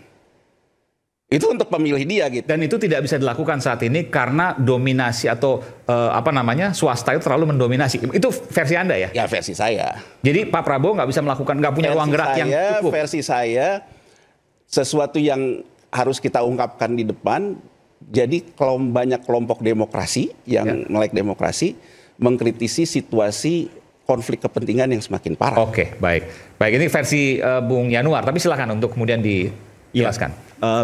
Jadi beberapa hal yang harus kita pahami adalah seakan-akan ada narasi presiden itu mengambil keputusan sesuai dengan kebijakan-kebijakan yang populis atau berdasarkan appetite daripada konstituen-konstituen. Tadi ada contoh misalnya contoh kenaikan tidak jadinya naiknya PPN dari 12% tetap di 11% itu adalah akibat karena presiden merasa bahwa ini akan kehilangan dukungan dari kelas menengah. Yang sebenarnya alasan sebenarnya bukan itu Bang Aiman.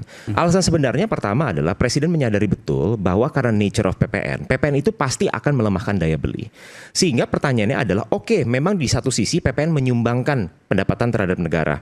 Hasil kenaikan itu diprediksi awalnya jika jadi naik dari 11 menjadi 12% itu bisa menyumbang sekitar 70 triliun ekstra pendapatan negara di tahun 2025. Tapi presiden juga percaya bahwa ada cara-cara lain untuk memboost revenue kita.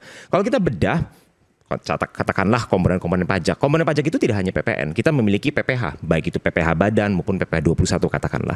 Maka daripada itu cara yang ingin presiden tempuh adalah membesarkan sumber-sumber pendapatan dari pendapatan pajak yang lainnya. Melalui apa? Melalui apa yang selalu disebut sebagai tax compliance. Menaikkan tax base, orang yang selama ini tidak membayar pajak atau orang yang selama ini harusnya membayar sekian tapi tidak membayar sekian, itu yang akan ditertibkan. Lalu jangan lupa juga negara baru saja meluncurkan instrumen core tax, yaitu adalah suatu bentuk digitalisasi untuk mengoptimalkan penerimaan pajak ini juga. Nah, ini adalah metode-metode yang ujung-ujungnya bisa membesarkan penerimaan dari segi pajak. Lalu kedua adalah juga ada seakan-akan narasi yang mengatakan bahwa Inpres nomor 1 tahun 2025, yaitu adalah instruksi presiden untuk melakukan penghematan baik di tingkat pemerintah pusat sampai tingkat daerah senilai kurang lebih 300 triliun di tahun 2025, itu bukan merupakan mengambil spending sehingga akhirnya tidak jadi di-spend. Bukan, tapi itu adalah meng-cut spending yang tadinya digunakan untuk spending-spending yang tidak berkualitas. Seperti misalnya perjalanan-perjalanan dinas yang tidak perlu. Meeting-meeting yang tidak perlu dan tidak berkontribusi. Itu di-cut dan direalokasikan untuk program-program yang bisa langsung bermanfaat kepada ekonomi, kepada kesejahteraan masyarakat, kepada development of human capital. Kenapa? Karena government spending, Mbak Engman, itu merupakan salah satu komponen pendukung dari ekonomi kita. Memang komposisinya tidak terlalu besar. Konsumsi domestik nomor 1, lalu di bawahnya ada investasi, lalu ada ekspor, baru nanti di bawahnya lagi ada government spending. Tetapi Presiden juga menyadari bahwa selama ini postur daripada APBN ini masih bisa diperbaiki. Sebagai contoh, Bang Aiman, sekitar 1/3 sampai 1/4 dari total APBN kita di tahun 2025, yaitu senilai 3.600 triliun, itu larinya untuk belanja pegawai, untuk operasional. 1/4 lagi larinya ke transfer daerah, di mana kurang lebih setengahnya juga untuk membiayai belanja pegawai. Nggak produktif. Nah, bukan berarti ini harus melakukan pengurangan pegawai, bukan. Tapi ini semua harus dievaluasi kembali, supaya apa? Struktur APBN kita yang hari ini terlalu OPEX oriented, itu bisa di-shift untuk menjadi struktur APBN yang lebih capex oriented. Capex oriented artinya apa? Investasi di infrastruktur, investasi di sumber daya manusia, termasuk salah satunya melalui program makan bergizi gratis. Sehingga spending ini menjadi spending yang berkualitas dan mampu mendongkrak ekonomi. Kalau plus pertanyaan bisa tadi, mendapatkan extra revenue. Oke, Bung Rio, tadi pertanyaannya adalah ketika ada kasus pagar laut ini, maka itu bisa dibaca oleh sebagian orang, termasuk oleh Bung Yanuar, adalah ini memainkan peran baru antara swasta dengan politik atau pemerintah, supaya Pak Prabowo punya wewenang, punya kekuatan, punya power, punya keluasaan lebih terhadap para pengusaha. Tidak seperti sebelumnya yang terlalu diatur, benar? Saya rasa narasinya kurang tepat kalau dibilang ini. Kurang tepat seperti apa? Nanti kita akan lanjutkan sesaat lagi. Tetap bersama kami di Rakyat Bersuara. Yang penting kurang.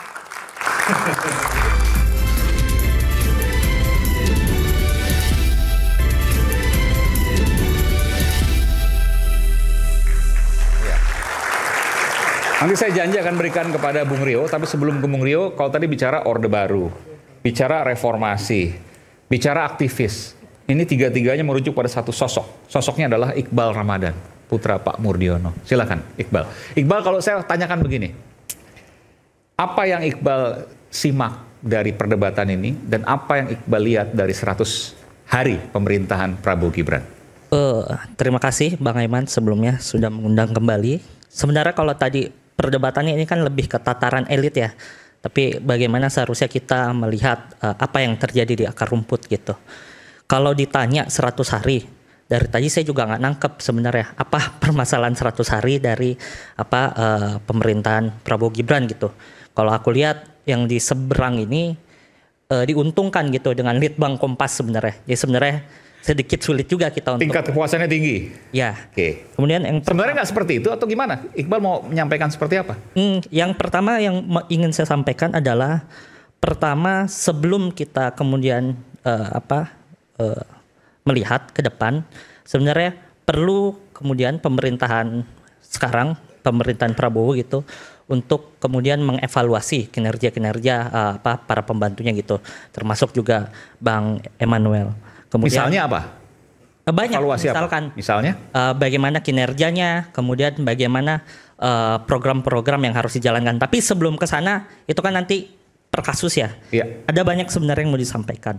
Pertama, bagaimana kemudian dalam 100 hari ini kita melihat masih banyak agenda pemerintah atau kemudian kegiatan yang memang dilakukan masih dalam koridor hukum atau konstitusionalitas. Itu kan perlu kemudian dilihat konsistensinya. Jadi sebenarnya kita sulit juga untuk melihat bagaimana konsistensi dan kemudian bagaimana pemerintahan ini menjalankan pemerintahannya melalui konstitusi dalam kurun waktu 100 hari. Jadi yang harus dilihat adalah apa pasca 100 hari ini kemudian. Nah, kalau kemudian ditanya sebenarnya ini kita sebenarnya masih terjebak gitu dalam bayang-bayang rezim atau presiden sebelumnya. Kalau tadi saya lihat perdebatan antara Bang Dulai dengan Bang Ray Rangkuti, ini kan perdebatan yang sebenarnya kalau ditangkap ini sebenarnya rezim keberlanjutan atau sebenarnya apakah rezim Prabowo Gibran ini kemudian dapat membuat masyarakat puas dengan program-programnya. Nah, sebenarnya kalau kita lihat dalam isu anak muda di era Jokowi kita babak belur, Bang. Kita babak belur sekali. Pertama, di isu kebebasan berpendapat. Anak muda itu kalau tidak salah jumlah pemilih tetapnya itu kan 55% menurut KPU. Tapi kemudian apa yang sebenarnya terjadi adalah anak muda hanya dilibatkan atau hanya dilihat melalui angka-angka saja. Kemudian kita hanya diambil suaranya melalui pada saat 5 tahunan pada saat pemilu. Tapi kemudian dalam isu-isu misalkan perburuhan, misalkan isu buruh, kita melihat bagaimana jam kerja fleksibel yang kemudian merugikan banyak anak muda. Kita banyak kemudian buruh anak muda, perempuan misalnya salah satunya, kemudian dilanggar hak-haknya. Ini kasus ya Bang ya. Nah Bang Emmanuel aku sebenarnya cukup kagum waktu itu Bang Emmanuel. Ini mungkin kalau kita kesulitan untuk mengkritik 100 hari pemerintahan Prabowo. Ya. Nah ini aku mau kritik ke Bang Emmanuel. Bagaimana kemudian kita melihat, ini adalah sebuah presiden buruk, ada seorang buruh perempuan, Septia, ditahan pada saat itu. Dikriminalisasi karena mengungkapkan bagaimana hak-hak normatifnya tidak diberikan. Di mana itu? Ada di PN Jakarta Pusat waktu itu kasusnya. Bang Emmanuel juga kan waktu itu sempat turun ke lapangan. Tapi di satu sisi sebenarnya ini walaupun kurang substantif, Bang Emmanuel juga kemudian mengatakan bahwa orang atau pemberi kerjanya cocok itu untuk menjadi menteri. Aku ngeliat video itu. Nah, aku rasa sebenarnya Bang Emmanuel di satu sisi Bang Emmanuel sudah berani turun dan kemudian memberikan keberpihakan kepada Septia misalkan salah satunya itu cukup baik, tapi di satu sisi kemudian memberikan kontradiksi gitu terhadap buruh, terutama buruh perempuan. Kemudian kita lihat kritiknya maksudnya apa di sini? Kritiknya sebenarnya main aman gitu Bung Noelnya atau bukan, gimana? Karena tapi sebenarnya ini adalah presiden yang buruk itu, presiden yang buruk terhadap perlindungan terhadap buruh. Ini kan sebenarnya. Tapi kan datang waktu itu untuk kemudian memberikan semangat, advokasi dan sebagainya.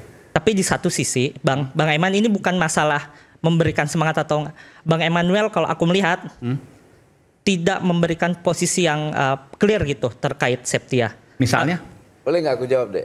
Boleh Bang, boleh. Gini, Itu kejadian saat kawan-kawan buruh dan Septia melakukan aksi.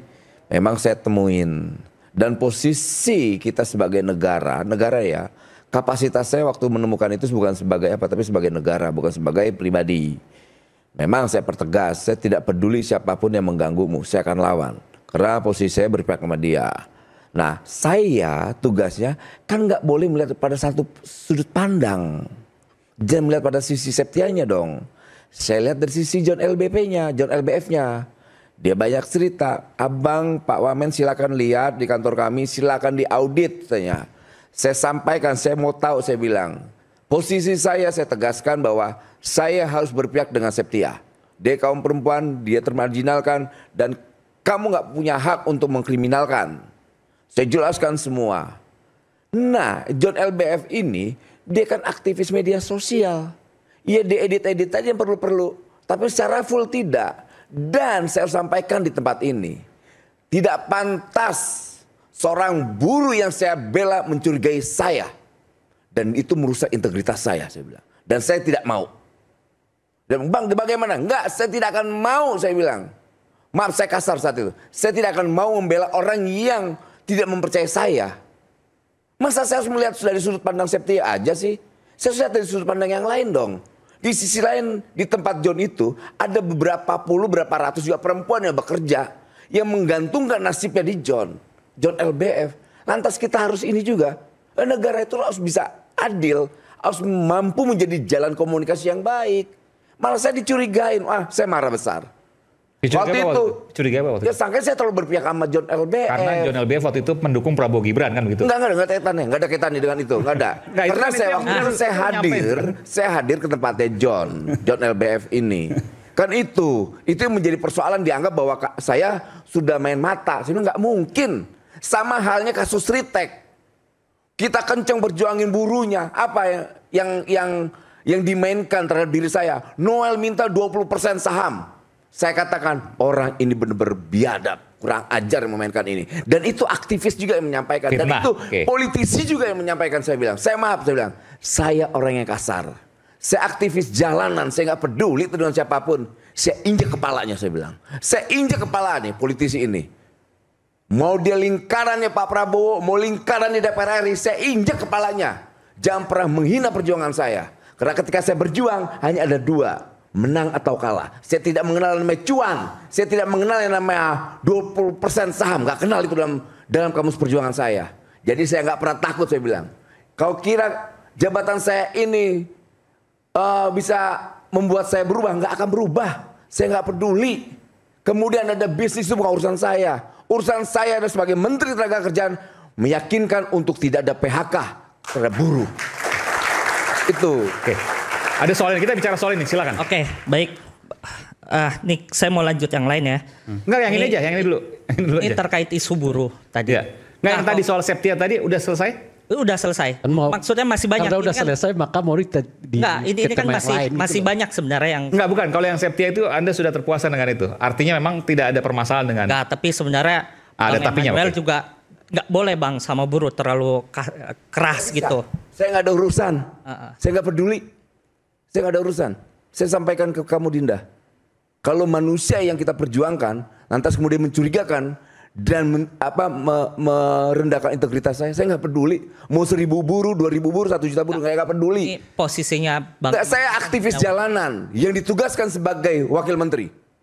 Kewajiban saya adalah menjaga yang namanya stabilitas antara kelompok buruh dan pengusaha. Itu saya setuju bang. Cuman kita kan perlu kemudian mengedepankan bagaimana hak-hak buruhnya. Itu saya setuju di situ. Cuman itu saya bela nggak hak buruhnya? Dibela. Kewajibannya semuanya saya bela. Saya nggak pernah peduli. Nih nggak ada sejarah nih yang saya ceritakan. Tidak ada sejarahnya ketika buruh Softtek dipecat, 308 buruh dipecat, langsung berubah sikap perusahaan, kita datangin untuk minta tidak dipecat. Baru sejarahnya itu. Dibatalkan PHK-nya. Enggak, di kita ini banyak sekali Dinda yang harus kita perjuangkan. Saya tidak melihat soal kuantitinya. Demo 1, demo 1.000, demo berapa. Saya nggak perjuang. Mereka punya hak untuk diperjuangkan. Tapi ketika dia mempertanyakan dan mencurigai integritas saya punya hak untuk marah. Saya nggak peduli itu. Bang, saya setuju sampai di situ. Cuman maksud saya adalah bagaimana kemudian Bang Emmanuel ini sebenarnya kemudian mengevaluasi dirinya. Kalau tadi setuju, saya setuju. Apa yang mau dievaluasi saya? Enggak, itu tadi posisinya terlalu galak gitu keburu. Oke, baik. Dan Enggak, terlalu itu galak. penting, enggak, saya nggak peduli. Tapi enggak galak. Bukan soal galak ini. Tapi kita akan kembali nanti dengan prinsip yang lain. Kita kembali saat lagi, tetap bersama kami Rakyat Bersuara.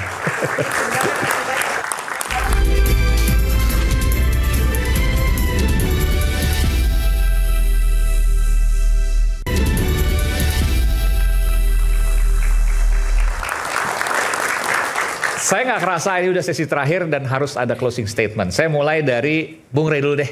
Saya? Dari tadi soalnya agak diam. Silakan, Bang. Closing statement tuh harus pejabat dulu. Oke, kalau gitu sana. Kalau Bang Rey, nanti kan dijawab sama. Kalau Wamen dulu nanti nggak bisa dijawab. Wamen pemuka. Sekarang sebagai kritikusnya. Baik. Sekarang kita berbicara pada dua aspek ya. Aspek pertama adalah soal tingkat kepuasan gitu. Bagi saya sih sebetulnya nggak terkejut amat dengan angka 81%. Kenapa gitu? Karena lagi-lagi ini kan melanjutkan tradisi yang dibuat oleh Pak Jokowi. Bahwa aspek pemenuhan terhadap hal-hal yang berhubungan dengan program populisme itu harus didulukan. Sehingga dengan begitu tingkat kepuasan bisa terjaga ya kalau Pak Jokowi itu kan di sekitar 70% kan. Meskipun terakhir adalah 80% kan. Nah nggak perlu pakai survei-surveian itu menurut saya sih. Udah ketahuan tuh istilahnya kan orang baru dikasih bansos. Orang baru dikasih MBG. Dikasih pajak ditunda. Nah gaji guru dinaikkan. Gaji buruh dinaikkan. Ditanya puas nggak? Ya puas lah. Siapa yang nggak puas gitu. Dengan program mereka kayak begitu. Makanya nggak butuh lagi itu survei-survei untuk bisa membuktikan. Dan itu bukan khas Indonesia. Di seluruh dunia ini kalau cara pemerintahnya begitu, pasti semua rakyatnya juga mengatakan puas gitu. Nggak mesti harus di Indonesia kan yang begitu-begituan gitu. Jadi pada tingkat tertentu, kalau pola ini yang dipakai, ya kita udah tahu tuh polanya tuh. 5 tahun terakhir yang dilakukan Pak Jokowi itu kan. Enggak, saya nggak berbicara salah dulu. Nggak, kalau mungkin nanti saya akan ke sana. Oke. Nah kalau pola ini yang dipakai oleh Pak Prabowo, ya itu sama dengan yang dipakai oleh Pak Jokowi dalam 5 tahun terakhir untuk menjaga apa yang ia sebut sebagai tingkat kepuasan kepada publik itu. Oke. Tapi jangan banyak-banyak. Masalahnya ada apa yang tadi disebutkan oleh Bung Yanuar. Iya. Kemampuan fiskal kita mencukupi nggak untuk melanjutkan program ini atau tidak gitu. Sebab kalau enggak bisa anjlok tiba-tiba tuh. Kalau anjlok tiba-tiba proses Bangladesh macam-macam bisa kejadian gitu. Ya. Itu pertama. Nah, selain tentu saja penghematan terhadap belanja berhubungan dengan pegawai, saya juga mengusulkan supaya pembantu presiden juga mulai diefisienkan. Kan 44 tuh kebanyakan dong. Kalau dihitung-hitung misalnya kalau kita pakai aja 34 seperti yang dipakai di zamannya Pak Prabowo, Pak Jokowi, kan ada 10 kementerian yang harus dibuang tuh. Berapa tuh yang bisa dihemat? Itu bagian penghematan maksud Anda? Yang saya begini Bung Noel, kalau tingkat kepuasan Pak Prabowo sampai 80%, rasanya you juga nggak dibutuhkan di situ lagi gitu loh. You keluar aja, nggak ada tantangan lagi tuh udah 81%, ngapain lagi di situ? Nah gaji lo ya dengan staf macam-macam itu sumbangsan ke MBG gitu loh, Pak. Kau jadi aktivis lagi seperti biasa gitu kira-kira kan. Itu lebih realnya, lebih konkret. Karena fiskal kita nggak cukup kata Bung Yanuar tadi ya. Atau nyalek ya. Karena fiskal kita nggak cukup nih kalau pakai model begitu sampai 5 tahun ke depan gitu. Nah makanya kalau udah 80%, ya mau ngapain lagi gitu loh Pak. Itu satu ya. 2 menit ya Mas, jangan kepanjangan. Yang kedua pertanyaan, dan ini pertanyaan saya. Tingkat kepuasan kepada Pak Jokowi selama 5 tahun yang berkisar 70%, apa sih yang didapatkan oleh bangsa ini dari tingkat kepuasan itu? Saya nggak masuk dulu dah ke 100 hari ya. Apakah ekonomi kita membaik? Apakah penegakan hukum membaik? Apakah perlindungan terhadap hak asasi manusia membaik? Apakah kebebasan berpendapat membaik? Apakah polisi kita ya kan makin membaik? Ya, apakah tingkat kesenjangan kaya miskin makin membaik? Apakah dinasti politik makin bisa dikurangi? Dengan 5 tahun kepuasan kepada Pak Jokowi itu berkisar di angka 70%. Itu pertanyaannya, nggak perlu dijawab. Silakan dijawab oleh publik. Baik, silakan publik menjawab. Oke, baik. Karena bagi saya Kecil aja kita lihat kasus pagar bambu. Nah masuk ke situ tuh. Pagar laut. Pagar laut itu, pagar bambu di laut, ya kan? Pagar bambu di laut menjelaskan kepada kita gimana tata kelola pemerintahan Pak Jokowi yang sekarang membuat Pak Prabowo jadi kerepotan. Anda bisa bayangkan berbulan-bulan kita untuk hanya nyari tahu siapa sih yang punya ini gitu loh. Ya sampai hari ini dan hari ini dan sebagainya. Oleh karena itulah saya mau ingatkan kepada Bung Noel dan kawan-kawan semua kalau masih senang di sana karena udah nggak tantangan sih menurut saya 80% itu gitu. Apa yang saya mau ingatkan kepada kalian semua gitu. Kalau kalian berpuas diri pada soal kepuasan terhadap pemerintah, lanjutkan program-program populis ini. Tapi saat yang bersamaan kita menghadapi tantangan besar di masa mendatang, warisan dari Pak Jokowi. Apa itu? Kerusakan moral berdemokrasi, kebebasan berpendapat yang hancur, korupsi yang meningkat, polisi yang aut-autan seperti yang kita ketahui sekarang. Perlu tuh kalau memperbaiki polisi segera copot Kapolri yang sekarang Pak Sigit. Tanpa pencopotan kepada Pak Sigit, jangan harap akan ada reformasi institusi polisi. Terima kasih. Ini dijawab dulu silakan. Semuanya dijawab dulu boleh ya? Karena bagian dari pemerintah juga. Pertanyaannya? Tadi disebutkan. Satu kan jelas. Bung Noel kalau 80% ngapain lagi lo di situ? Ini. Dan sekaligus Jokowi mania kan? Ukuran pemerintahan 5 tahun ke depan masa diukur dengan 3 bulan sekarang. Itu nggak fair juga. Tadi Om Bung Daulay harus nyampaikan, nggak mungkin kita ternina-bobokan dengan hasil kepuasan sekarang. Karena nanti juga belum tentu. Sama halnya waktu Jokowi. Semua rakyat senang, ujung-ujungnya mencaci maki tuh. Sampai ada orang yang bilang, anak muda tadi disampaikan, kita anak muda kehilangan kebebasan. Apa? Dicaci maki Jokowi, diapain? Segala-galanya difitnah. Nggak ada tuh anak muda yang ditangkap. Beda waktu kita di Orde Baru ngomong apa, bukan ditangkap lagi, kita diinjak-injak tuh. Bang, jadi saya lihat gini, Dinda. Hari ini memang kita bisa akuin. 4 anak muda meninggal di reformasi di korupsi. Berapa? 4 anak muda meninggal di reformasi di korupsi. Siapa? Karena apa? Karena demonstran, karena demo. Demonya apa? Dia ini era reformasi. Maksud kan di peralihan loh. Ini loh deh. Bang Emanuel kan bilang tidak ada yang ditangkap. Tahun 2020. Saya kasih contoh bukan hanya ada kawan kita Syahganda Nenggolan ditangkap di rezimnya Jokowi. Jumur Hidayat ditangkap di rezimnya Jokowi karena asumsi mereka ikut serta menggerakkan massa untuk menolak undang-undang Cipta Kerja. Udahlah Bung Noel, kalau yang kayak begitu soal itu banyak catatannya. Kita tahu lah, gue tanya langsung ke Jumurnya sama si Sagandanya, bos. Lu semua di cloning ini loh, dan si percakapan kalian ngeri, bos. Itu yang kan nggak ada yang tahu kalian itu. Maksudnya layak untuk dipidanakan. Makanya kita sampaikan, aduh bos, kayak gini-gini tak usah lah. Ini kita tahu semua, ini kawan gue semua. Ya. Dan kita juga tidak suka dengan tindakan waktu itu kekuasaannya Jokowi. Bener ya, misalnya kawan-kawan yang ugal-ugalan. Iya, kita tidak suka. Dan salah satu yang kita marah, banyak sekali kabinetnya Jokowi yang ugal-ugalan, yang maling, yang rampok. Kita lawan tuh. Makanya, Anda saat itu keluar dari kekuasaannya Pak Jokowi disebabkan Anda membela Munarman yang dianggap diperlakukan dan dikriminalisasi. Entah saya sakit hati nggak? Bukan, yang saya mau katakan itu adalah Anda membantah pernyataan Anda sendiri. Yang mengatakan nggak ada itu kriminalisasi di zamannya Pak Jokowi.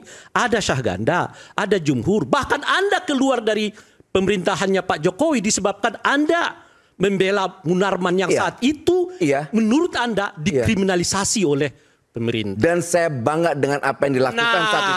Oleh karena itulah Bung. Gini Bung. Itu ketika kita aktif di jalanan. Di zamannya Pak Jokowi. oleh kekuasaan. Itu seperti menaruh mahkota di kepala kita, bos. Dan kala kriminalisasi itu terjadi, Bung Noel yang mengaku dirinya sebagai aktivis nggak bisa terima. Saya lebih memilih di jalan ketimbang mendukung kriminalisasi yang dilakukan oleh saya dengan bangga tuh. Kira-kira itulah bangga. Gue ngebangga ngebelain kawan gue Munarman. Gue bangga dihabisi di kekuasaannya Jokowi. Betul. Itu akan menjadi catatan sejarah untuk saya.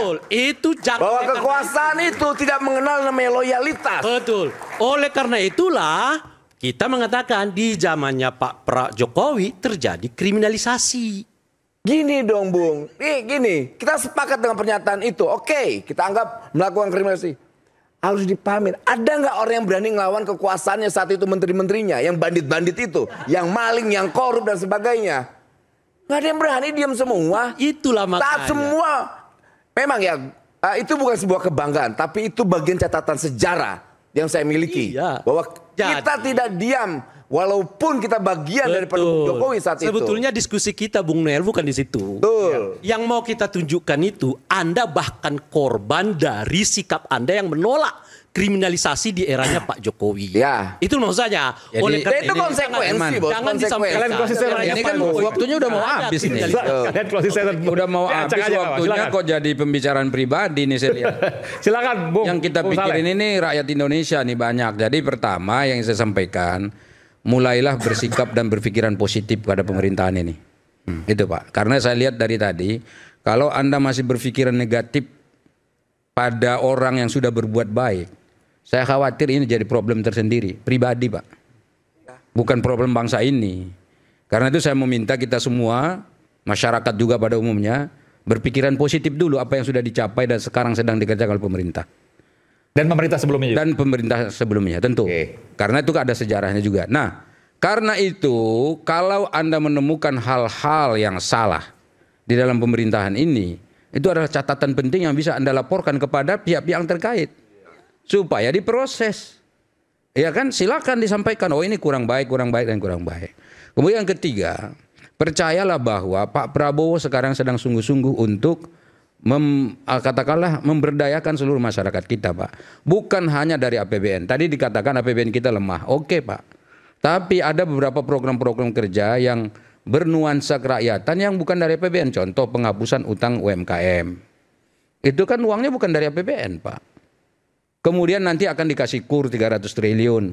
Itu pemerintah sedang bekerja sama, jangan dipotong dulu. Nah, saya mau menambah info, rumah gratis 3 juta saya dengar tadi. Ya, sebentar dulu, nggak perlu Anda jelaskan. Oh kan? iya, makanya menambahkan. Bukan, Anda ini kan, inilah yang saya bilang salah satu tipologi masyarakat kita yang tidak mau maju. Belum apa-apa sudah protes, belum apa-apa sudah potong. Ya kan, padahal saya sedang menjelaskan.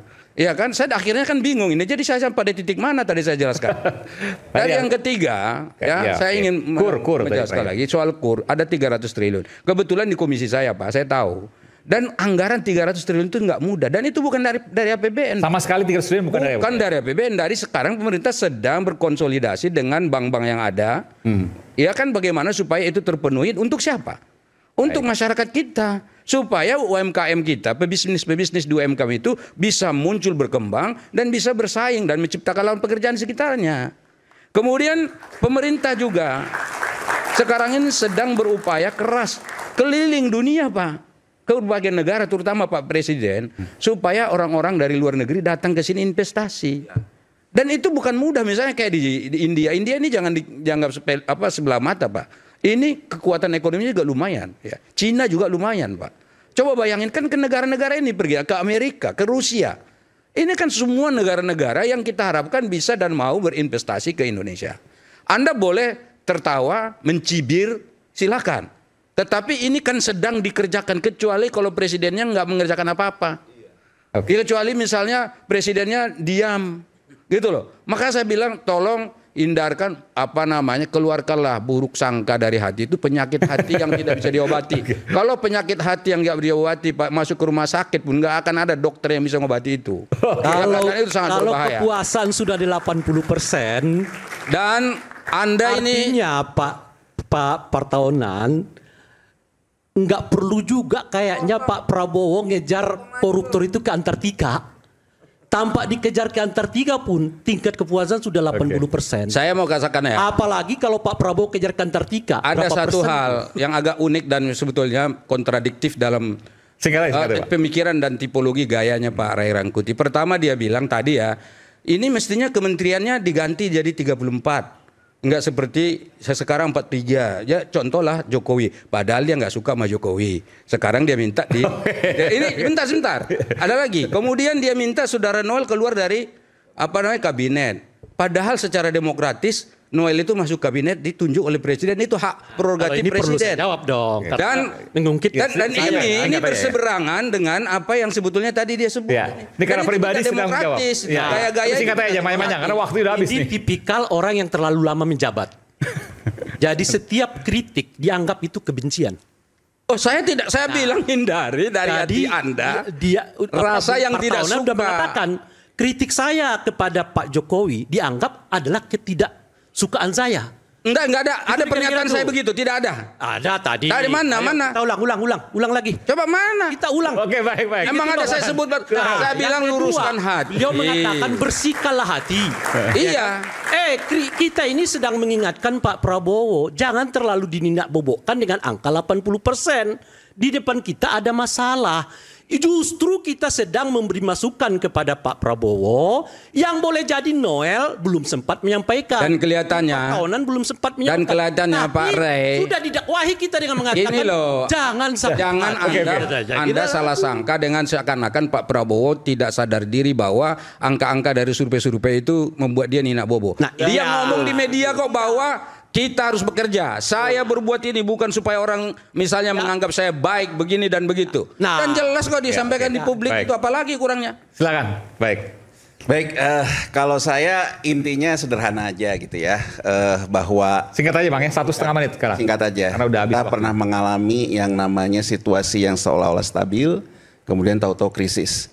Dan 98 maksudnya? 98. Oke. Dan biaya krisis itu besar Bang Aiman. Ya. Bahkan kalau kita bilang ruang fiskal kita yang sempit, salah satunya juga karena ada obligasi rekap yang ngegulung di revolving masuk ke surat utang negara. Jadi utang terus. Ada beban masa lalu yang ada di situ. Jadi saya ingin mengatakan biaya krisis itu besar.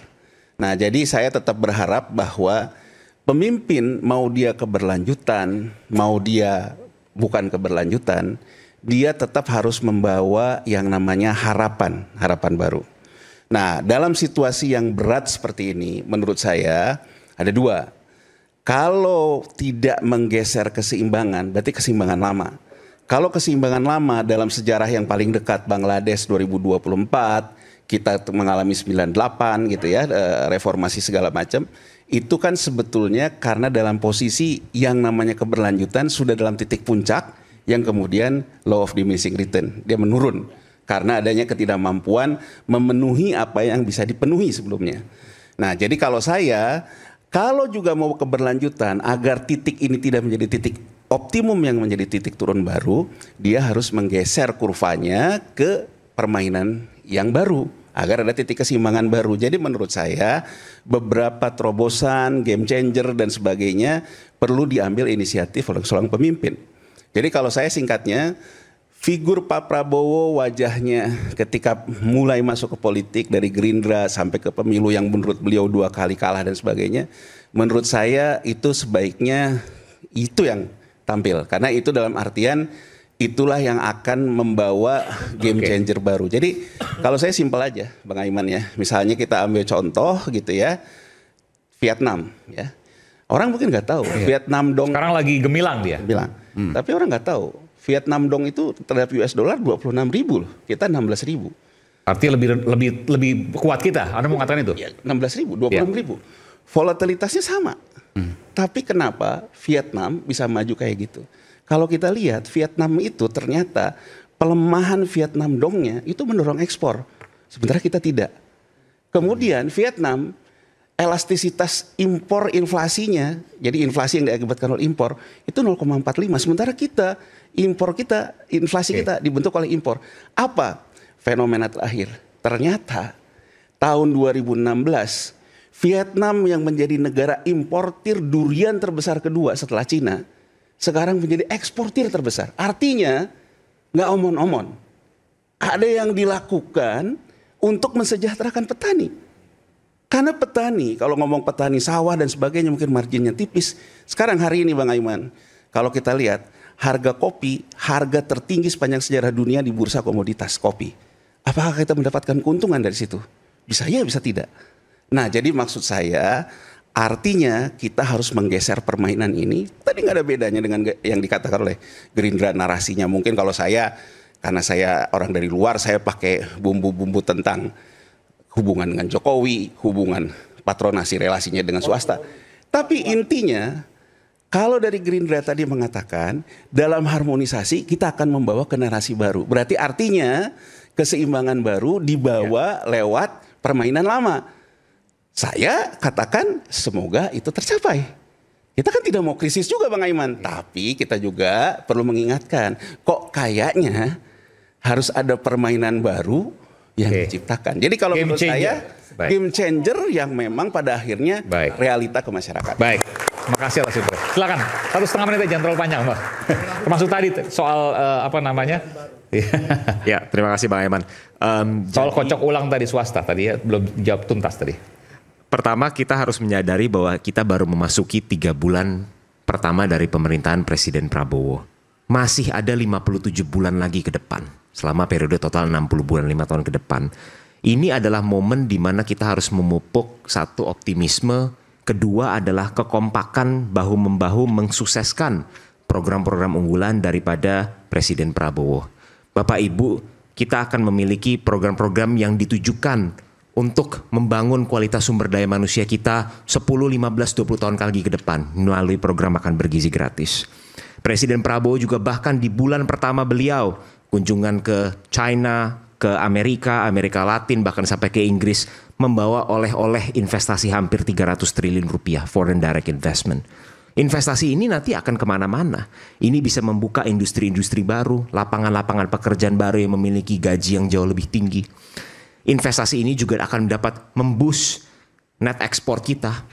Investasi ini juga dapat memboost domestic consumption kita, yang ujung-ujungnya ini semua akan membantu mendorong visi mulia kita untuk mencapai pertumbuhan ekonomi 8% dan even beyond untuk menjemput Indonesia Emas 2045. Terakhir Bapak Ibu, ini mungkin tadi ada pertanyaan dari Bang Aiman soal kocok ulang. Perlu kita tegaskan, Panglima tertinggi di Republik ini adalah aturan, hukum. Presiden hanya menjalankan apa yang dibunyikan oleh aturan. Dan ini menjadi sangat penting untuk menunjukkan bahwa memang siapapun, pihak swasta manapun akan diajak untuk membantu membangun negeri ini bersama-sama, tetapi ikutin aturan mainnya. Kepastian hukum ini juga akan menjadi sangat penting ketika kita akan mulai mendatangkan investasi-investasi baru di masa depan. Baik investasi domestik maupun investasi dari luar negeri. Ini semua tidak lain dan tidak bukan, Bang Eman, adalah untuk membangun Indonesia yang lebih baik, karena saya dapat bersaksi bahwa setiap hari yang ada dalam benak Presiden Prabowo ketika beliau berbicara, melakukan diskusi-diskusi, bahkan dalam rapat-rapat, dalam pembekalan-pembekalan internal, beliau itu hanya memikirkan satu hal, rakyat Indonesia, dan tidak ada lagi yang lain. Jadi saya rasa itu Bang Eman, terima kasih banyak. Terakhir, Bang, 1,5 menit. Ya. Ya, diakhiri oleh anak muda. Okay. Pertama ini ya, tadi sih kalau kita lihat bersama-sama apa yang disampaikan banyak yang sangat baik. Tapi kan kita harus kemudian melihat apa pasca 3 bulan ini atau apa setelah 100 hari ini.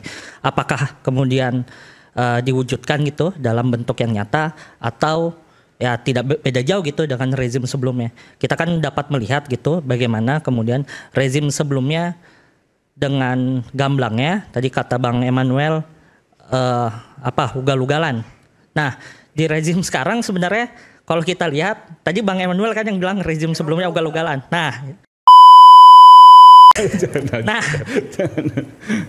Jangan jadi aktivis itu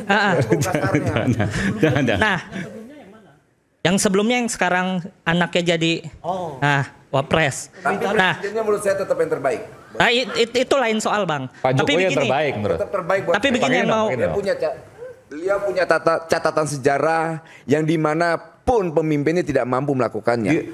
Walaupun gimana pun saya objektif, harus melihat pada posisi. Ya, baik itu lain soal.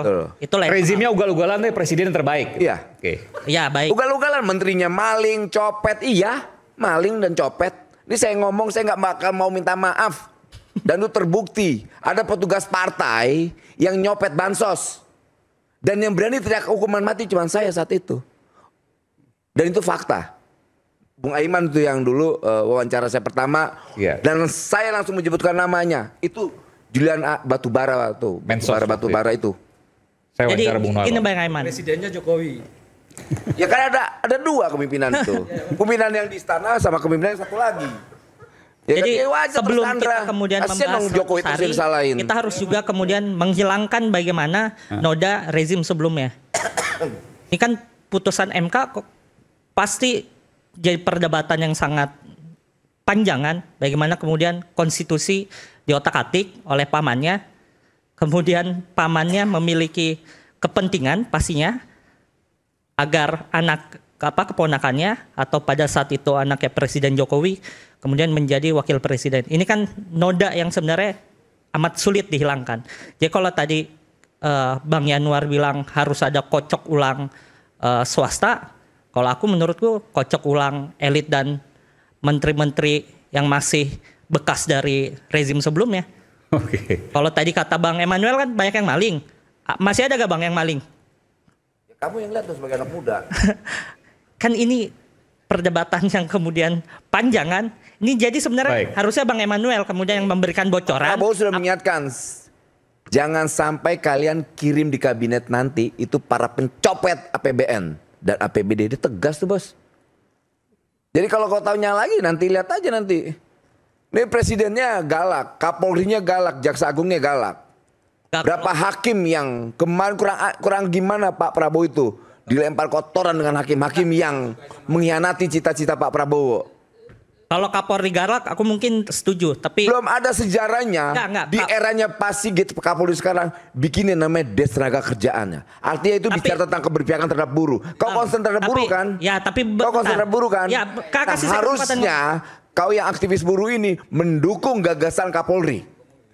Bentar. Karena itu ada Des Tenaga Kerjaan yang tidak ada pernah terjadi sebelum-sebelumnya. Tapi di era Kapolri, Sigit, nggak pernah ada seorang propam membunuh anak buahnya. Dan itu banyak terjadi. Ditangkap nggak? Ditindak tapi gak? tidak pernah terjadi reformasi Polri. Masih terjadi banyak pembunuhan yang dilakukan oleh Polri. Dinda, jangankan Polri Polri yang begitu besar. Dalam keluarga kita aja yang cuma 9 orang, ada nggak dari 9 orang yang nyasar berbuat jahat? Ada nggak? Enggak, ini kan nggak usah ngomong yang lembaga jadi besar kunci adalah di proses hukum atau tidak. Itu yang menjadi penting. Itu di proses hukuman terjadi keberulangan, Anda Bang. menikmati berita-berita tentang sesuatu yang tidak tepat dilakukan oleh apa yang disebut oknum kepolisian. Apakah Anda mau berbicara bahwa itu bersifat oknum? Gimana coba? Banyak, maksudnya banyak yang melakukan jadi nah, persoalan tindak atau tidak itu tradisi di Orde Baru. Jangankan level jenderal, level sersan aja jarang mau dihukum. Tidak hanya soal penindakan. Ini di eranya bagaimana Pak Prabowo, di eranya Pak Sigit, ada seorang jenderal ditindak melakukan kejahatan. Hari ini baru 100 hari Presiden dan jajaran sah berbangga diri atas kinerja baik bernilai tinggi. Meski permasalahan di negeri ini masih bertumpuk-tumpuk. Seperti tadi ada bagian kecil yang kemudian disebutkan, ada lagi bagian yang lain, APBN dan seterusnya. Utamanya yang paling utama adalah meraih kepercayaan banyak masyarakat. Jangan sampai mereka dikecewakan karena nurani rakyat harus berada di atas semua jalan. Saya Aiman Wicaksono, sampai berjumpa pada Rakyat Bersuara berikutnya. Salam.